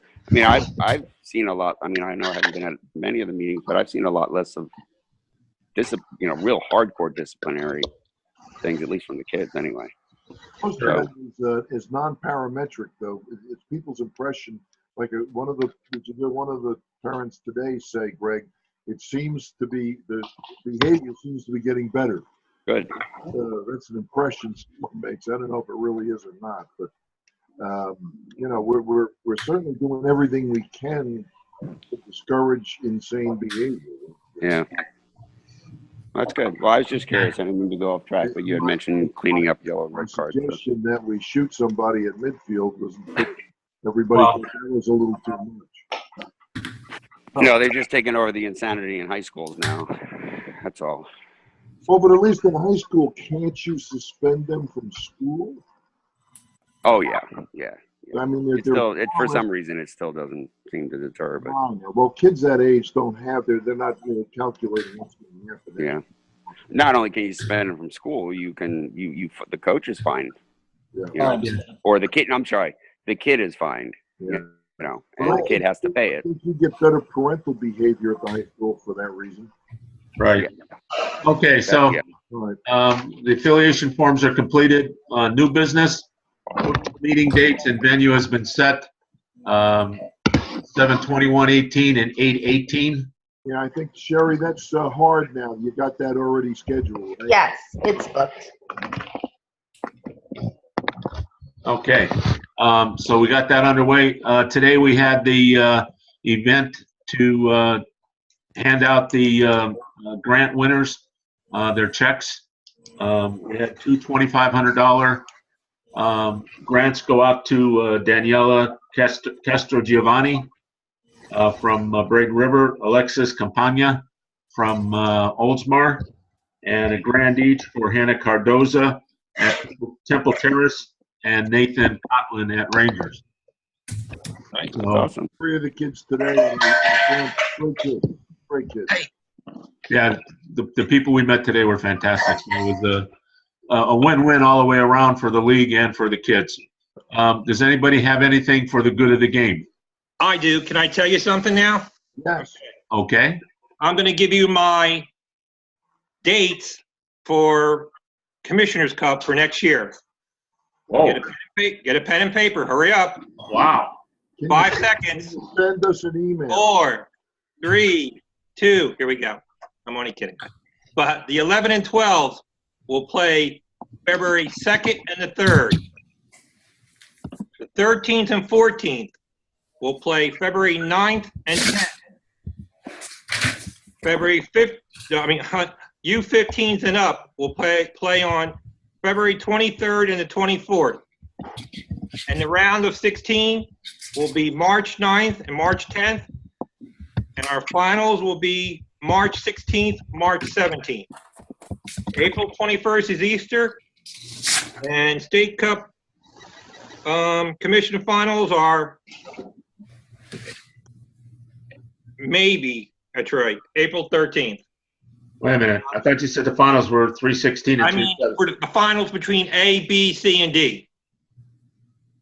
Okay, if you win my finals for Commissioner's Cup in Region C, you move on to the State Commission Cup. State final. Right. Okay, so state finals are what date again, Dave? It's right now. I'll give you a date, but it's not. It's still tentative. Okay. April 13th. Okay. Okay. And you can look online to see your President Cup dates and also your State Cup dates. They're all out there already? For the next 2 years. Yeah, for the next 2 years. Outstanding. Who pushed to get that out there so quick? I want to say Jill. So Jill Hartley. So Good. She's about that. But that helps. Okay. Another thing is, I want to just throw it out to you. I spoke to Kai in the beginning of the year for the under 19s. I might bring him back for Commissioner's Cup, but it would only be one weekend, and if you win, you keep going on. You lose, sorry, you go home. Okay. Just a one game thing then? Single yeah, that's what I'm thinking, because I don't know if I could get 2 weekends and get the referees, because we'll have State Cup going on, President's Cup. So one and done. One and done, or one in advance? You won and you keep advancing, and then the finals. Well, it's like they do in high school districts. You lose, you're out. Yeah, Right. that's it. Yep. Right. Okay. So I think that's a good idea. It's still a thought, but I'm hoping if you guys would back me on it, I'll push for it. I like that for 19s. I think that's good. I talked to Shinori, the VP of Comp, and he says, sure, if you want to do it. But then, one of the options for the under-19s is to have a knockout and to have it over an extended period, because it is just a knockout. Right? You could have it Friday night games starting in February, March. Are you going to do it in your fields, Mr. Connell? Well, I think it'll be a home and away. It'll be a home draw. It'll be FA Cup style. I'd be happy to help you, sir. All right. You will do it. Oh man, that's a tough one. The other thing I would like to do, I would like to have somebody have it and understand that your fields become an issue for you who are potentially available. But Fort Myers this year was unacceptable for high-level competition, the fields at Fort Myers. Somebody has to go and start having some standards for fields. I mean, it's just you can't ask the game to be played at a high level and the fields are not up to standard. It's just not acceptable. You are correct, and you need to, excuse me, you need to send emails, I would say, to Shinori and to Jonathan and to Jill at the office, and copy me on it for being your region vice president. But we do have some new fields that should be opened up in January. They're in the Brandon area. Yeah. They're not going to be opened up to any clubs, but I might be using them for my Commissioner's Cup. 2 dates. I might bring my finals there. It's still up in the air. Well, we were thinking as USA, we might be able to get some dates there too. Yeah. And I think if you can, you talk to the Hillsborough County guys. I think you will.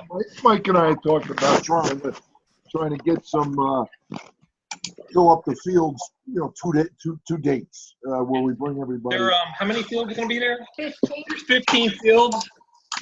Their only problem is going to be parking, Paul. Yeah. They only have 300 paid parking spaces. Yeah. Yeah, I said to them, how many parking spaces do you have? And it took them 2 weeks to get back to me. Ouch. But David, if I were you, I wouldn't go past Bradenton for games. Between Premier and Auburndale and these new fields in Hillsborough County, you should be jumping for joy. You know, we talk about it, but like Port Charlotte, they always put in and they do a good job for me, and and their field marshals is a big thing, and they give me 7, 8 field marshals every time. Yeah, no, I understand. So, I try not to go too far. I try to keep it close as I can, or somewhere in the middle. Like the under 11s last year, and we had it at Lakewood Ranch, 142 teams. Yep. 160. Sorry, I always say that wrong. No, I know it's difficult because there's so many things to go along with it. But, Yeah. So I mean, and I know you guys loved it there, and I'm gonna do it again. And I'm hoping to use the one in Brandon where I'm thinking maybe bring the 11 and 12s, the boys at Lakewood Ranch, and the 11 and 12 girls over at the new fields. So that's a possibility I'm trying to see. At least I got your dates for you now, so you have something to look at.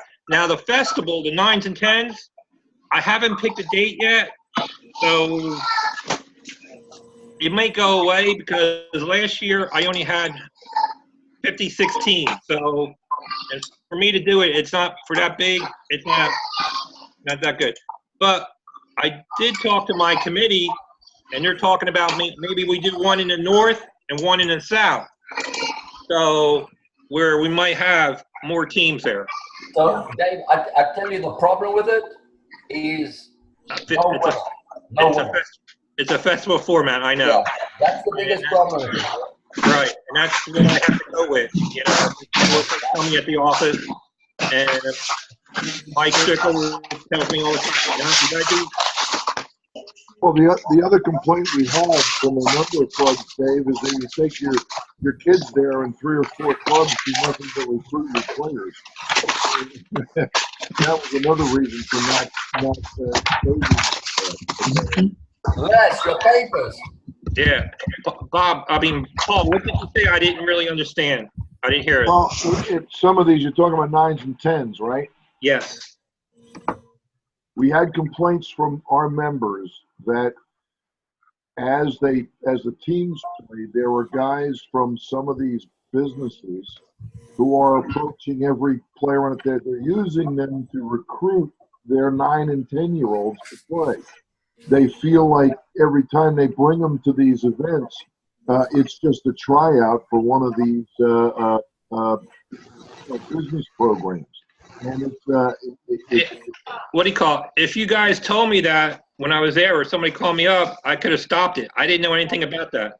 Yeah, it's constant. I mean, it's the place that everybody gets contact. Everybody says afterwards, oh, yeah, these guys came up and talked to so-and-so. Now, it's not poaching in a sense because it's not really arranging anything else. It is poaching. Well, it really is. Well, not to them because they think they're recruiting for their academy or whatever you want to call it. DA. The DA thing. Oh, well, DA. And the DA thing swaps over, into the rest of it. And I But think we're also starting to see other kinds of academies coming up too now. Not DA, but just private entities that are. Yeah, that was a number of our clubs said, we're not going to send any more 9s and 10s over there, man, because they don't come back at that age. Like next time, if this was going on, please tell me. I would stop it right away and well, that's good to know. To leave and say this is not a place to do it. Yeah, very good. I think that's a great because but that's the primary place that these guys recruit because that's the only case. It's like a smorgasbord for them, You got to think Okay. about food, huh, Paul? All righty. All right, Anything thank else? you. Anything else for the good of the game? Yes. Wesley Chapel is going to host the license. The dates are The what license? D. E. D is in dog. Dog, DC, okay. Rick was talking about before. Yep. September 7th to 9th is the first weekend. November 2nd to 4th is the second weekend. When will that be up? Supposed to be up. It's supposed to be posted this week. Okay. And what do you need for, what's the qualifications? You got to have a 7 or an 11 certificate? You either have to have an E license, or you have to have completed the one of the online modules and 2 field modules. One of them has to be the 11. Okay. And there's no waiting period in between. So once you've completed your grassroots, you can go immediately to the field. Okay. Anything else? All right. We will close that portion out, go to the executive committee meeting. Let's see, it's 8:49.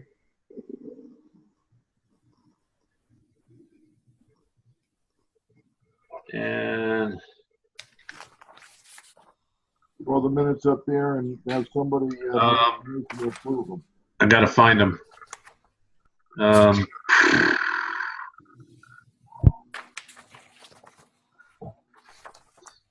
Great, you gotta adjourn the meeting, the regular meeting.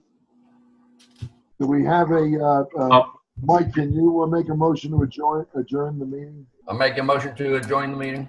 I second it. All in favor? Aye. Aye.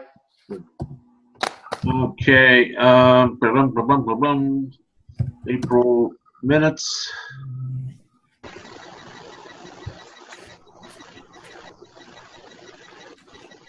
We have a motion to approve those minutes? Aye. Okay, do we have a second? Second. Okay, All in favor? Aye. all right, so, Approving the minutes from the executive committee from April? Say aye, please. Aye, somebody say aye. Let's do it. all right, okay. Let's go back to here. All right. Let's And- go. I'll pick it up from here. Let's keep moving. Yeah, go ahead, Paul. You can start from here. Registration fees, there was a suggestion somebody made to raise our registration fees. I think it's $25 or $50. My personal opinion is we've got 50,000 still in cash flow. We would have, to me, we would have a very difficult time explaining to any member with $100,000 in a safe account and 50,000 in there why we need to raise the fees. However, if you want to do that, I'm fine with it. I'm not opposed to it. But I can't fathom what we're going to tell somebody as to why we need to raise them. Any comments? Anybody else? I don't see a need to raise them personally. Oh, Paul, we could do a much better job on the, and not that it wasn't a good one, on the college ID camp that we had if we had more money, obviously. You're right. And Mark, if we raise it, here's my point. We have 550 teams. Those type of events we have supported. But they're only for a very few people. Why are you raising my fees? I'm an under 14 player when I don't benefit at all across the board. I just don't see the rationale for raising them if we don't have any budgetary problems, which we don't at this point, other than saying, well, we could spend more. We can, but we still got $100,000 we haven't even touched, Mark. Never mind the 50 we still have. Yeah, I don't think we need to raise fees. That's my point. We can spend more and be more effective and still not, when we start to whittle that down and we start to take and say, geez, we should have a reserve here that's then you get an argument for raising the fees. Right now, we can spend what we want to. We haven't done it yet. So we're looking for small. Well, how are our fees compared to anybody else out there? I don't know, Mark. I really don't. But obviously, they're enough for us that, plus we collect a little bit and it's fine. And we end up with a pretty good, right now our P&L has been, we've been in the black. I mean, we're working, so. So raising the fees is up. I mean, that is really up to the board, not me. But I'm saying I see the fiscal side of it. I can't see. I can't see an argument we can make to our members that makes sense. Well, Start pointing that out. They'll tell us to lower the fees. Now, you've got a couple items coming up here in the next couple items there for Dannon Cup, for U16, showcase, scholarships went up. So there's 4 right there that saw increases this year. Now, yes, we did not dip into the 100K, but we did have 4 increases and are going to have 4 increases on those individual items for next year. Yeah, but we haven't voted on them, and if we decide to do them, that's correct. Then that's different. We don't know how we're going to fund them either. In other words, they're the same. You got the same question. If they're going to write a carte blanche to kids going to England, you've got to tell your members, well, this is why we're doing this, because we're going to send a very few of you to England, and it has to benefit the whole organization. I think you're going to have a harder time doing that. I'm not saying we don't help and we don't aid in it and we don't abet it, because even the fact that our guys, meaning your time, Blake, Corey's time, are used to do that, that is a in-kind thing that USA does. I mean, without you, that wouldn't happen. So, but you're that's part of our USA throw-in. I don't think you can. To me, I'd have a hard time arguing to somebody that everybody needs to pay for one group to go to England. Everything.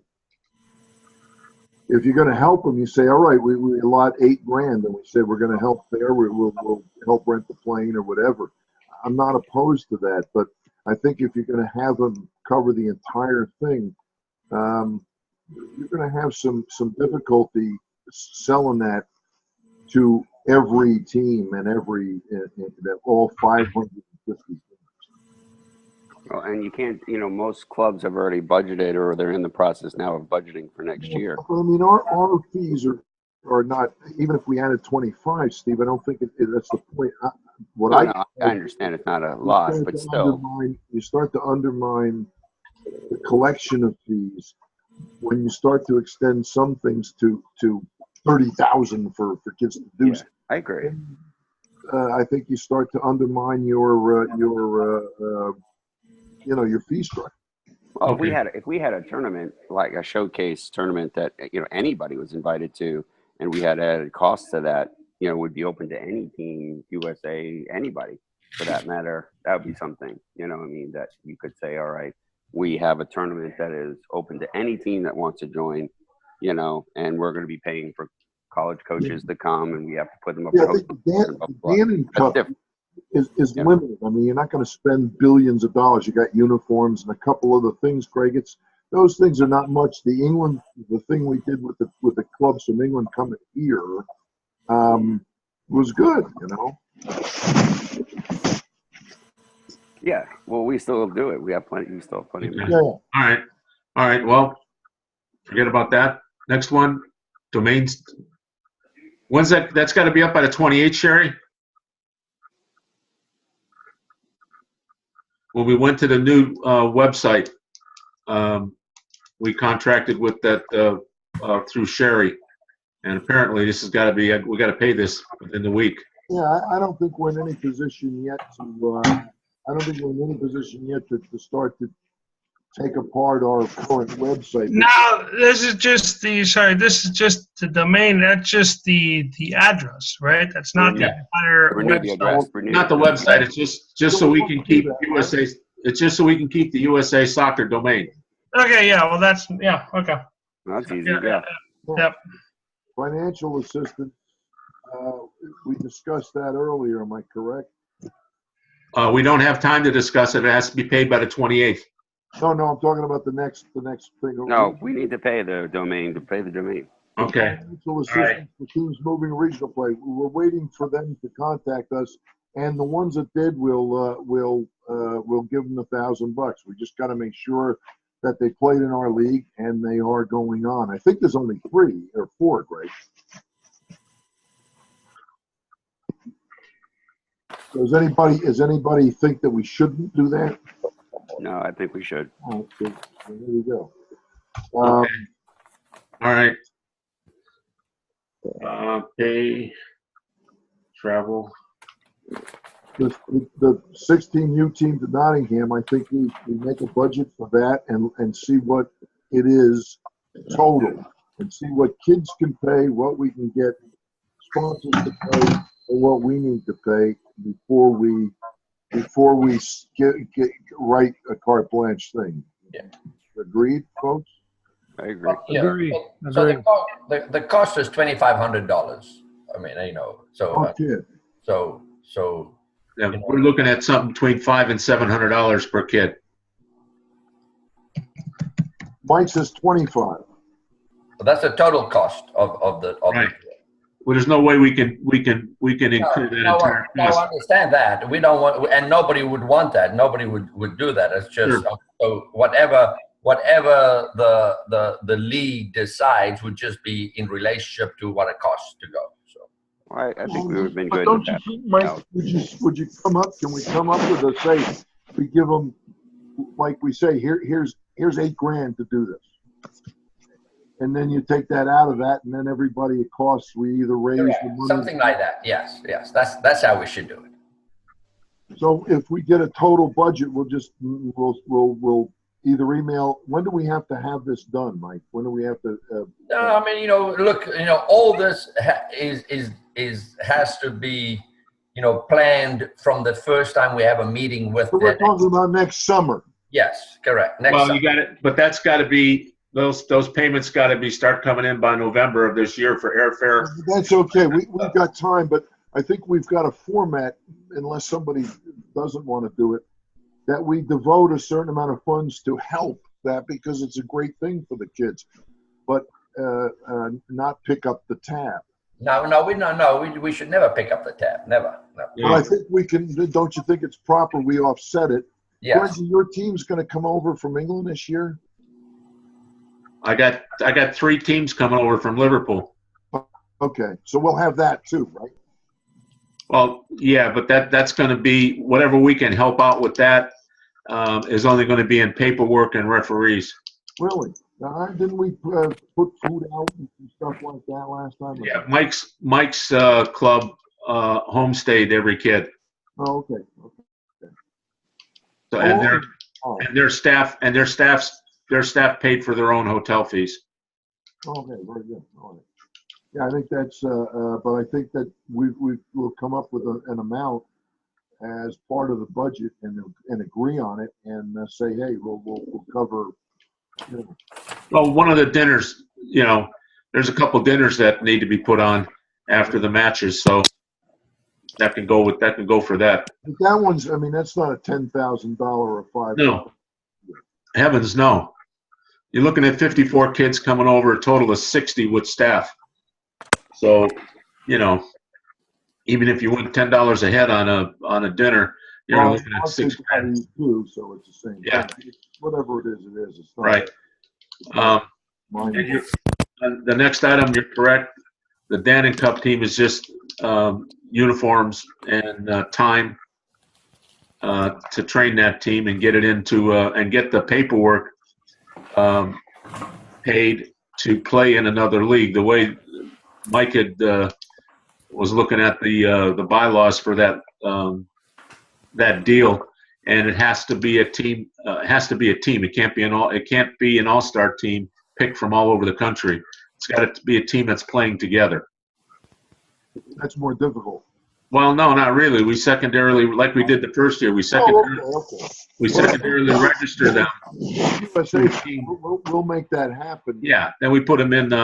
We put them in one of the U.S. club leagues and let them play as a team. And even the kids will pay. The parents will pay something to do that. I'm sure. Well, yeah, something, whatever. But we want to make it reasonable for the average kid, for the working class kid, to be able to participate in that. And sure. when we have to, we can cover that. Okay. More organizational than financial. And now things more financial and organizational. We'll participate in that. Yeah. Total. Last item of the evening. You've got the last say on that. Well, Mark. Yeah. You still here? And where are you at with that talking to Dawn? Have you gotten anywhere in that thing or no? I haven't done anything since I left you the voicemail. What did you say in a voicemail? I said, I basically said, I think there's some merit to taking the act of let's have them do some, the first base for us. Tell us, who we are, but I think we really have to identify what we want the outcome to be. Now, I have a copy of the FYSA one, and they're doing basically the same thing, and it's pretty intense. And I can get it to you guys if you'd like to see that, and just kind of get it. They're trying to compare themselves to what's going on as far as them versus U.S. Club. And what are we trying to do? We're trying to not be. I think what we're saying is, are we okay being the other league that gets the less skilled players, or are we trying to make a move and get better players, better teams? I agree. We really have to get that line cut which way we want to go. Yeah, but I think when we just went through the numbers, you probably weren't here. Was the last thing, but we were looking at how many CDL teams. We were looking at how many teams that were outside of USA that were premier teams, that were teams that really should be playing. Right, I remember that. Regional schedules, because that's what they should have been doing. We got down to, even the CDL, when you looked at, now it was last year, it wasn't this year because I couldn't get this year. When I went through last year, the CDL, every game they had, they don't have, in the entire senior season, they don't have as many matches as we have in our under 18 boys.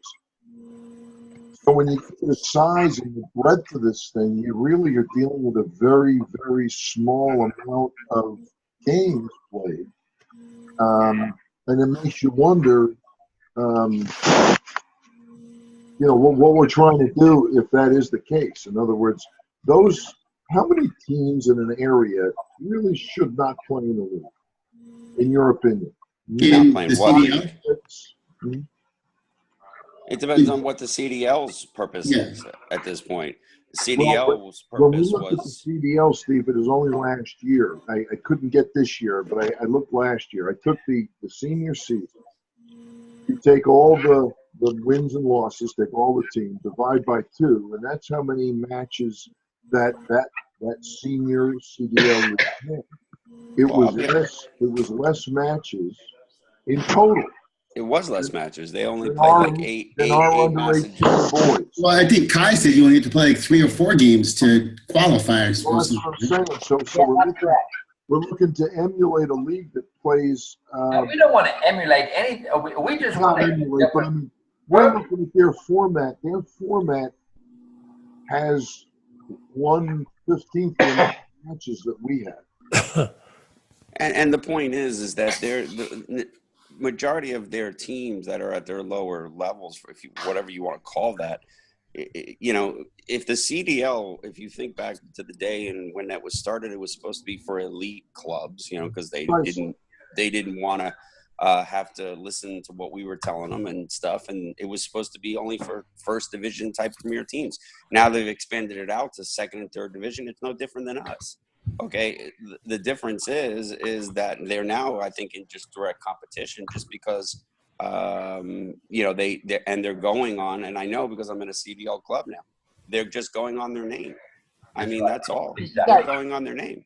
You got all You know, the oh, we're CDL. And But- we can, and we should challenge that position. Absolutely. Absolutely. And I'm not going to disprove that just because I'm from a CDL club, because we have teams that play in USA. But with that being said, I mean, it's just another league out there now.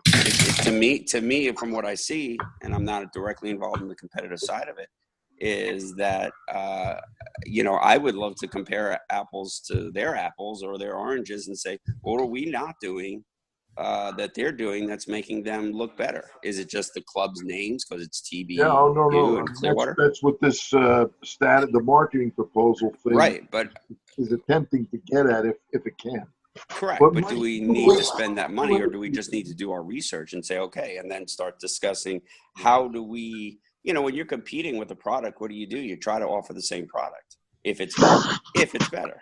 You know, I think after talking to him, I really believe we do need some type of rebranding, and you know, we've got to be open to that. Because, like, let's take Braden River. We took a Division II team and took it to IMG, Division II USA team. Right. Took him to IMG and put him in the DA academy.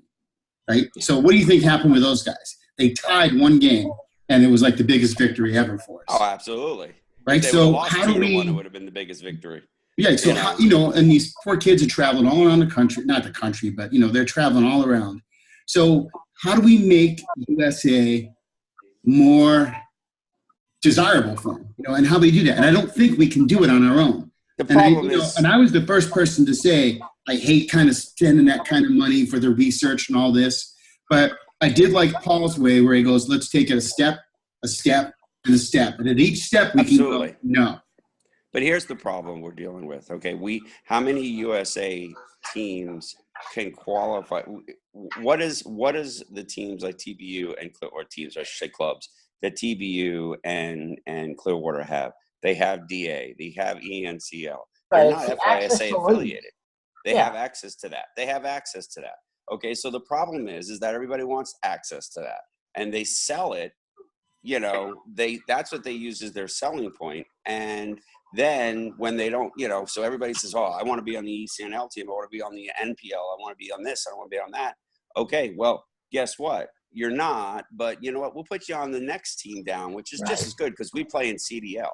Okay, and they just use that. CDL is not any better than USA. The problem is that the clubs that are using it are the clubs they want to play for because they have that vision. These parents that are, I hate to say, I'm not going to use the word, well, I will, delusional, think that, you know, we have to be a part of this club, which happens to be CDL, because we want our kids to be a DA player eventually or an ECNL player or whatever. And I'm living in it. I'm getting that other side of it now through being in a predominantly CDL club. Won one of the Celtics won, and West Pass. They were the clubs that won the seniors and the juniors this year. We won the juniors. We went from last to first. Regular clubs. I mean, there's something. You know. Our teams are no better than any other teams out there, whether we're playing CDL or USA. So from President's Cup this year, boys. Cape Coral, 16, 17 FC Tampa, 18 Tampa Bay Dynamo. Right. None CDL teams. No. Nobody knows that. No. And that's our responsibility. And if we everybody knows. But what are our clubs? My point was going to be, Mike, it's at some point, like there aren't that many games, we've got to get somebody like them to actually get the facts. Because when you start looking at the facts of what actually happens, you realize that we don't do a good job. Here's the one thing, and I always argue, we don't have an ask for, and this I was told, and you know I had no answer for it, that you're basically, USA is not having the kids aspire to anything. You see, our kids are all aspiring to these upper level things. Now, my answer was, it doesn't happen for them. You're bullshitting them. However, they're right about the aspirational part of it, and I get it. So that the point of our league is really is that you will play 14 matches, and they will be well organized. There'll be a ref there. They'll have rules and everything else, and that is the purpose of playing. You're not playing. We were talking about it today. You can't play matches to fill in a resume, and that's what this is getting to be for these kids. That they're trying to fill in their resume, and the resume doesn't go anywhere. At some point, we have to sell the fact that playing this game has a tremendous value itself, in that people come to actually play that match, and then it's not some upper outlet. What club do we have in our league? I don't mean to cut you off, Paul, that has ties to EACNL or NPL or DA. Mark's got teams. Thing that not teams. I'm talking about where they're given the academies. We're the DA academy for the girls 14, boys I want to say 12s. Okay, good. So that's where we have to start with you. Mm-hmm. Okay. Let's go back to our status and marketing proposal. In other words, that's where we're asking him to come up with something. We know the issues. We're real good at identifying the issues. But that's the issue right there. With the frame of reference, how would a good branding and marketing guy change that or affect that? But is that the only club that we have? Is it you, Mark? Is that no? I mean, Mike had a couple teams that played outside of USA because they weren't going to get the competition in it. No. I'm not talking about that because we have that a lot. I'm talking about that host DA, an NPL, or a ECNL. Because I'm telling you, that's what it's coming down to. Yeah, but I mean, if you can say my club, West Pasco, we host the whatever DA or the whatever ECNL, and we're USA organized, they're going to come to us, and therefore it's going to promote USA. That's the bottom line. That's how it works, because that's why West Pasco, I'll use them as West Pasco still, just made an agreement to partner, not merge, but partner with Clearwater so that we could put that DA symbol up on our website. Well, we did the same thing. We partnered with IMG. You should. You should. Absolutely. So the more organizations we have that are in that capacity or working together in that capacity, the more we can say we can offer a product just as well as CDL can. Okay, because CDL is really nothing. Don't you think that's what we're talking? He's talking about rebranding. That's what he's talking about. Coming up with another something. I don't know if we need to spend the money to do all that, though. I mean, yeah, I think we do. I think we do. Okay. I got to say, I was not for it, but I think we have to take at least one step forward. What was the cost? Be open to suggestions that we hear. Yeah. What was the cost again per dollar? Well, it was really 10 grand. I said to 20, and they'll do it for half to give us the first preliminary review or whatever. And we can negotiate. Surely we can still negotiate with them. Yeah, I think if we can negotiate that, yeah. And as long as that advice is but we've got it. The thing we got to do, Mike, is we do have to come up with some. I think Mark's point. We got to come up with something definitive and tie them down, and then. I agree. To add, Paul. So when I was talking to him, he said a big part of what he's going to do is he's going to talk to all of us and go, "What do you expect out of this?" So I think we have to do the first stage, just so that we're not having this conversation next year and the following year and the following year. I agree. Yeah, I'll agree with that. Yeah, definitely. Yeah, because actually we have tried. I mean, we have gone and done some of the things. We haven't been as effective with referee enhancement as we like to, but we're at least getting to some of the other things we always said we need to do. And this was one thing we all talked about needing to do. It's just trying to get an agreement among us as to how we want to start proceeding. And I wanted you guys at the last 2 meetings ago said, "Hey, we'll take it over," because I said I'm done talking to him until we get some. Well, you know what we have to decide: are we okay being the other league, or we have to have everybody on the same page, or do we want to strive to be better? There's nothing wrong with being the second choice. No, and that's the point. Yeah. I think, Mark, that's where he's going to tell us that's not how we're going to position ourselves. We're not positioning ourselves as the second choice. I think if you had a quick one, you would position yourselves as this is the league where you're going to play soccer matches and have an experience on the field. This isn't waiting around for a resume or whatever it is. No, Paul, I disagree, Paul. I think that you've got to have, you can still be that, but you have to have an ambition for the game.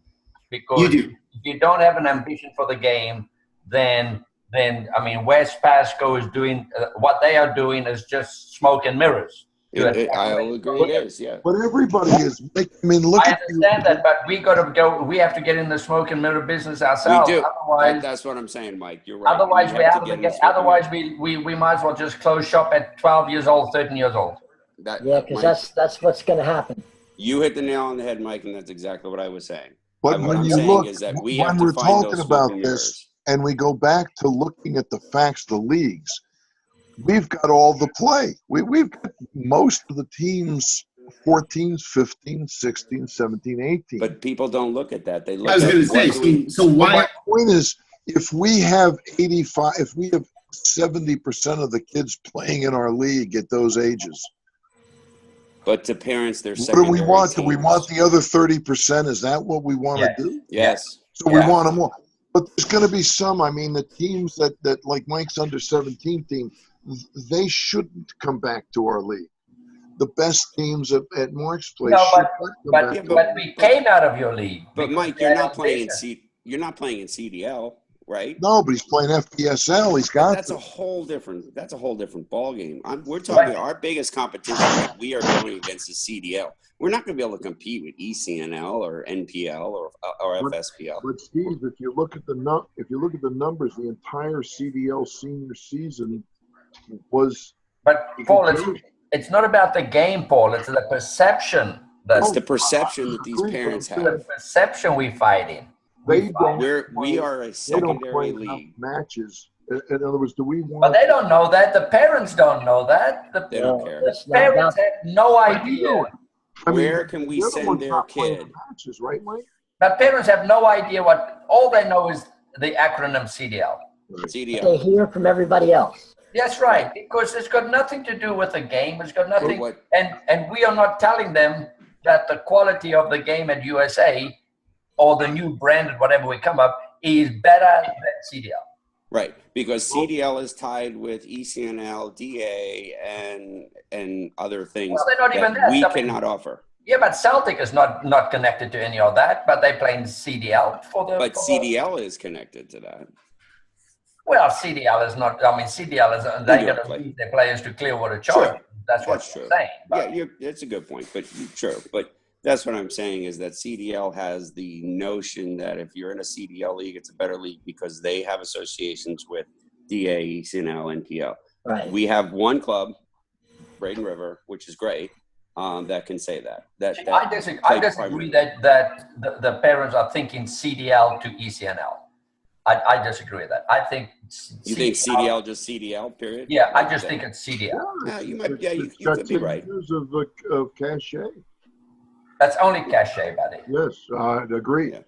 And that's where we go. Let's go. And that's fine if that's it too. It's still a problem. It's hard to see if someone that does this professionally can figure out a way to change that perception or start to change that perception or give us a path and say, here's what you guys got to do. I agree.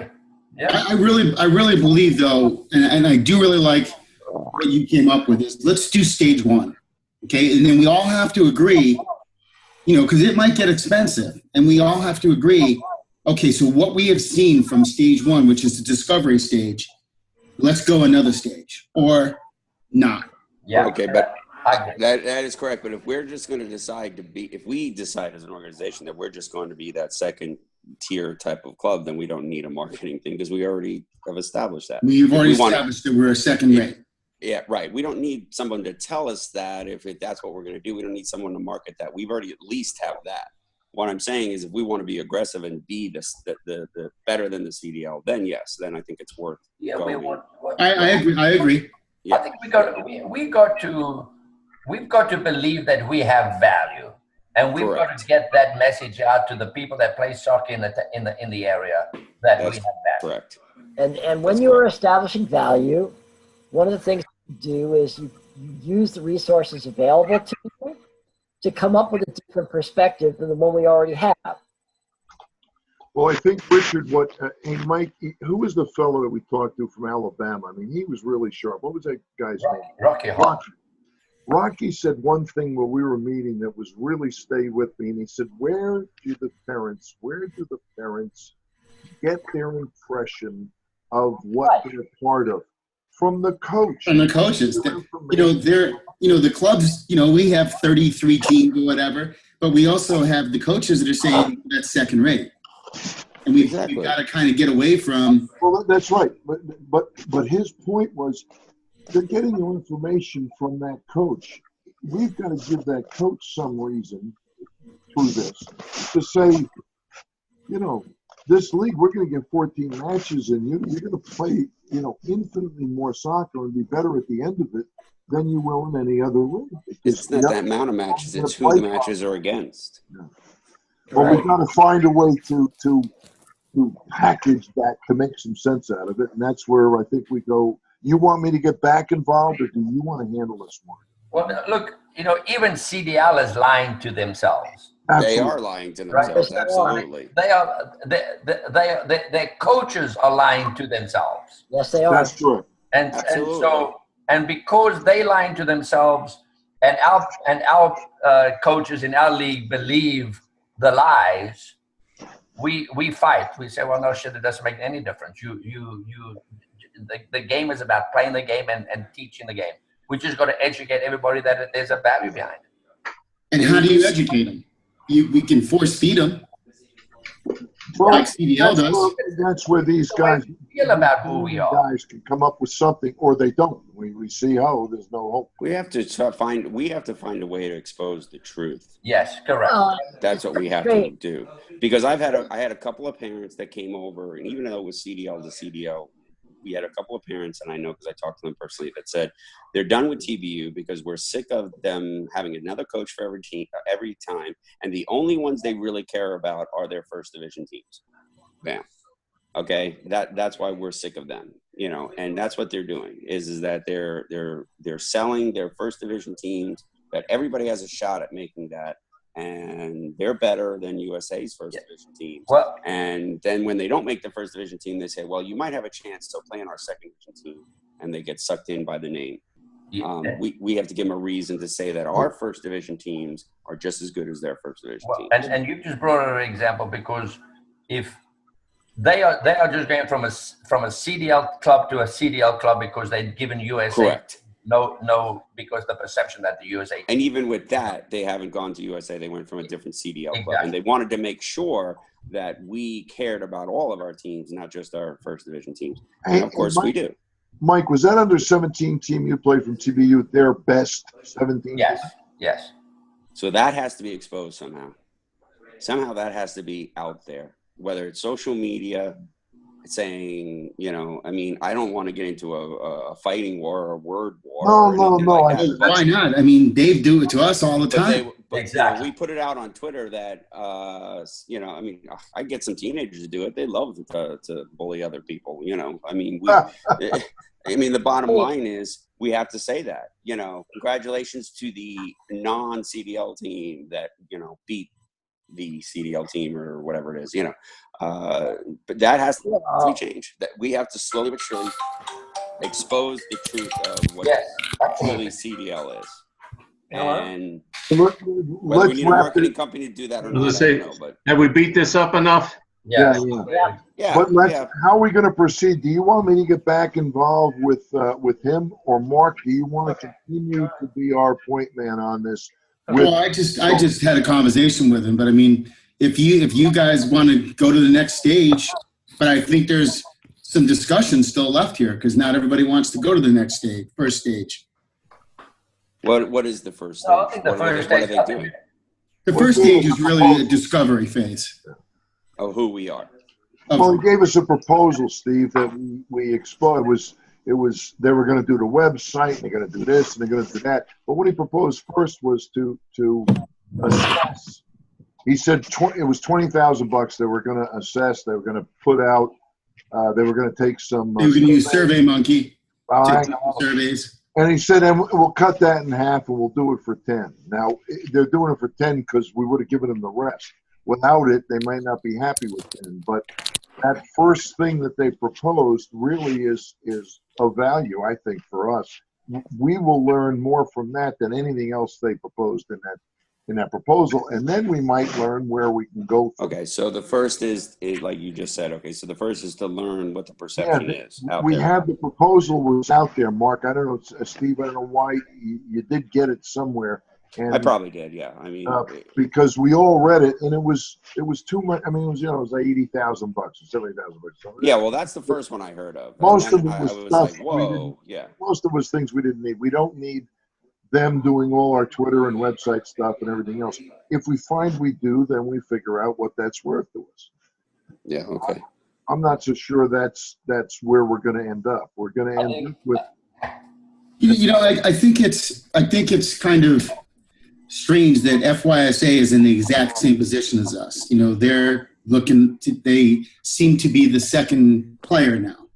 Yeah, to U.S. Club, yeah. And they are definitely. I've seen the proposal. They are definitely pushing forward to say, hold on a minute, we're not.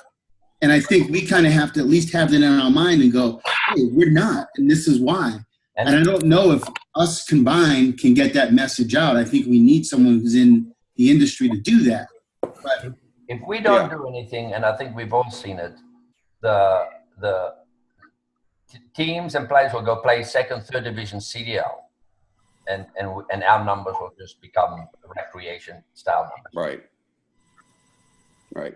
And it's got there's no facts behind it. It's just simply that it's perception. The perception and the parents jumble on the sidelines.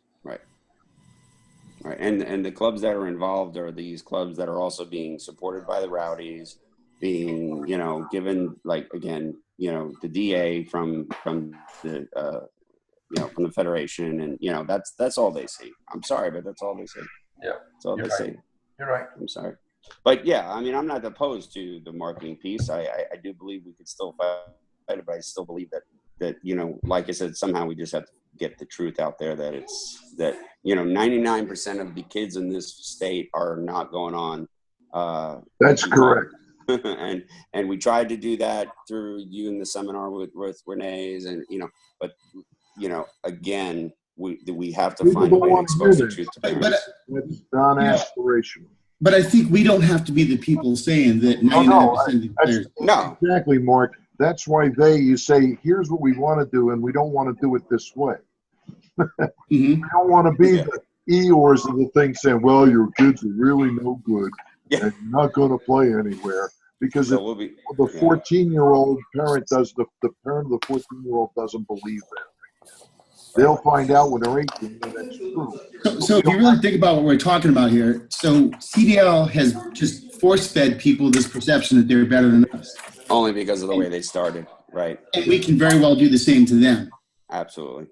And that's what we've got to look at. Some of the smart things, Mark, we last year the talking points one by one that were given to all the Clearwater. Right, I remember that. Yeah. That is brilliant, right? Because they're all saying the same thing to all the kids, the same thing, and basically Clearwater gives them these talking points to give them a consistent message from your coaches. But we have the information that says you're lying. It's not true. Well, and how do we get that across? And I think a marketing company can help us. Either that, or you've got to put you've got to come up with your talking points. You don't say they're not telling the truth. You're just saying, well, really. You have to do is you have to stage an event where we play them head to head. Right. I was just going to say that. That's it. Why don't we do a showcase? Why don't we do a They showcase don't tournament like, like they they do? avoid us like the plague. Well, and if they won't play us, Advertise it. fucking us. Why wouldn't, right, exactly. Who came up with the idea of like a Champions League tournament or something like that? It was the last meeting. Well, you got, I mean, look at West Florida right now. How many teams, I don't see one of their teams, I don't see one of their teams in state or President's Cup in the Final Four. Is there one? And here's a club that's supposedly, the be-all, end-all, ECNL. Yeah, but I hate to say it, Paul, President's Cup is President's Cup. Where State are Cup is they? the elite. I mean, even their second teams, they're not showing up anywhere. And President's Cup is great. Don't get me wrong, okay. But unless it's State Cup, the echelon don't look at that. Right. So why don't we host a tournament like Well, you look, CBL? Steve, we looked at the State Cup. We're just talking about it. Most of the teams, there's hardly any Region C teams in there. Yeah, that's right. There's 4 teams out of how many? Well, that's even worse then. How many senior teams play in C? 400, 300? A lot, because it's one of the biggest. So 4 of them got to the finals. Now, that's a success ratio if you were a business that you wouldn't be in business. But we're talking not just about winning State Cup. We're talking about being exposed, their children being exposed. They're not moving ahead in any of these state No, absolutely not. They're not. But they've, in the process, though, they've been exposed to all these college scouts and all these college recruiters and all these things that they've been exposed to, okay, through this program, through being able to at least participate in State Cup. But again, if the kids aren't any good, I mean, Mike's team was probably the best microcosm we got to look at when they won the state championship. Yeah, and when I was at St. And they left us. One to win. Right. One kid off that team went and played in college and still playing. And I had a U11 team in St. Pete that was one kick away from winning Region C at U11. And then guess what? The next year they went to Strictly because it was CDL, because we had nothing to offer them. Wow. See? That's it. Right there. I had a team that would have been the next national team. I had that many, and it was a girls' side team. I had that many kids. Okay, with a coach that was a nationally C licensed coach that and we were one kick away, one penalty kick, because we went to penalty kicks in the final. And you know who we were playing? We were playing Cape Coral, I think it was. So it wasn't even, we had beat West Florida Flames. We beat TVU. We beat everybody.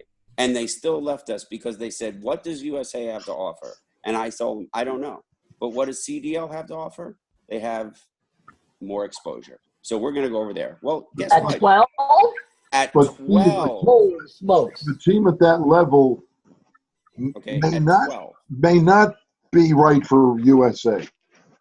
You see what I'm saying? In other words, now we're going back around again. Now we're going back to saying that we're second rate then. No, but I'm saying if you looked at them playing the next year, there might be 4 or 5 teams in every age group that should be playing a regional or state or regional.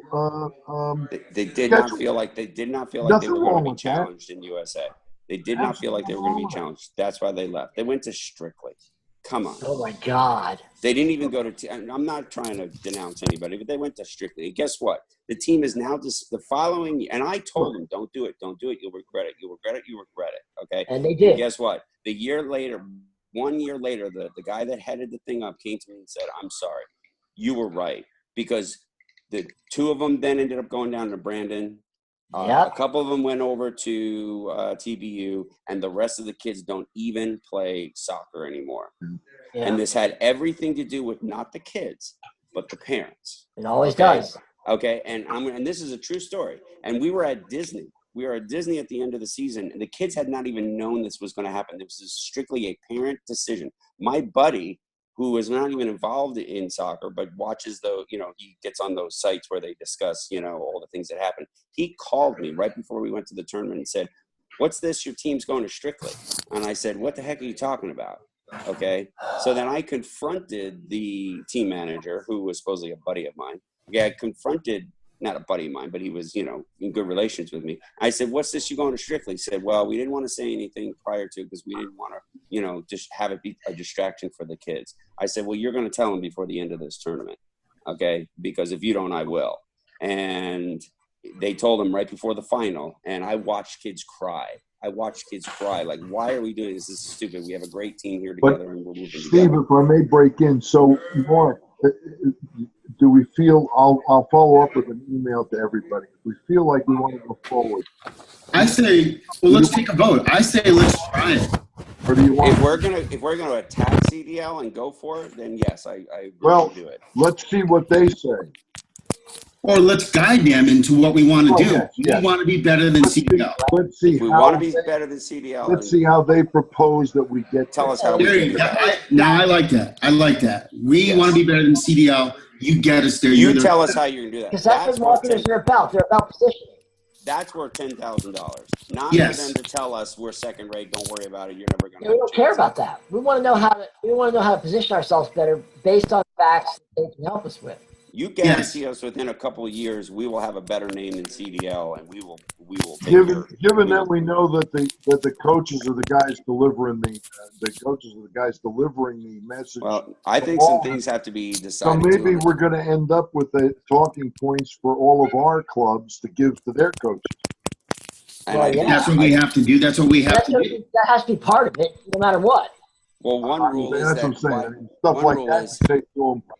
Develop a set of points every year about what we've got, and that information gets from us to the club, to the coaches to say, let me give you some information about all these leagues and everything else.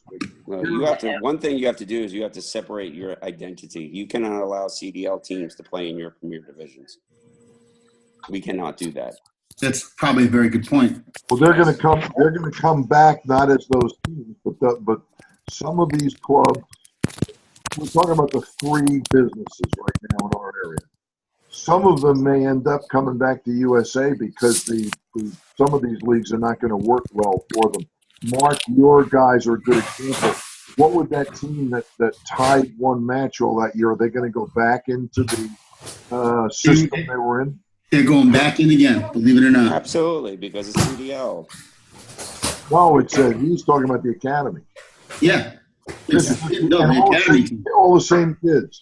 We're going back at it again. Didn't do any recruiting. We're going back at it again. You know why? Because West Pasco went from last to first in 1 year. It's amazing, Mark, to me that the kids come back to a team that didn't win any matches. I agree. Okay, well, not bad. I mean, not saying bad. So we don't digress and tell war stories till 2 a.m. Right. Yeah.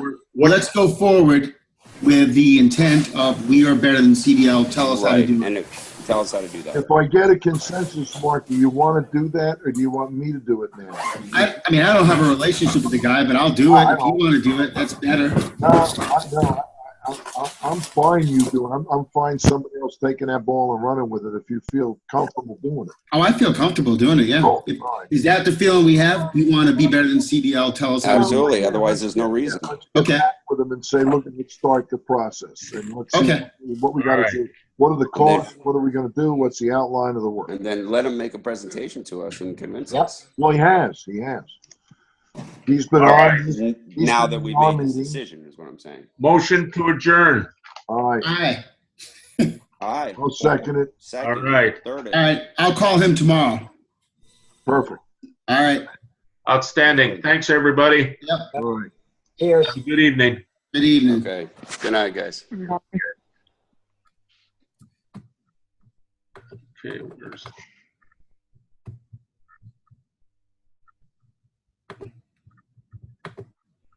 let's get rid of this.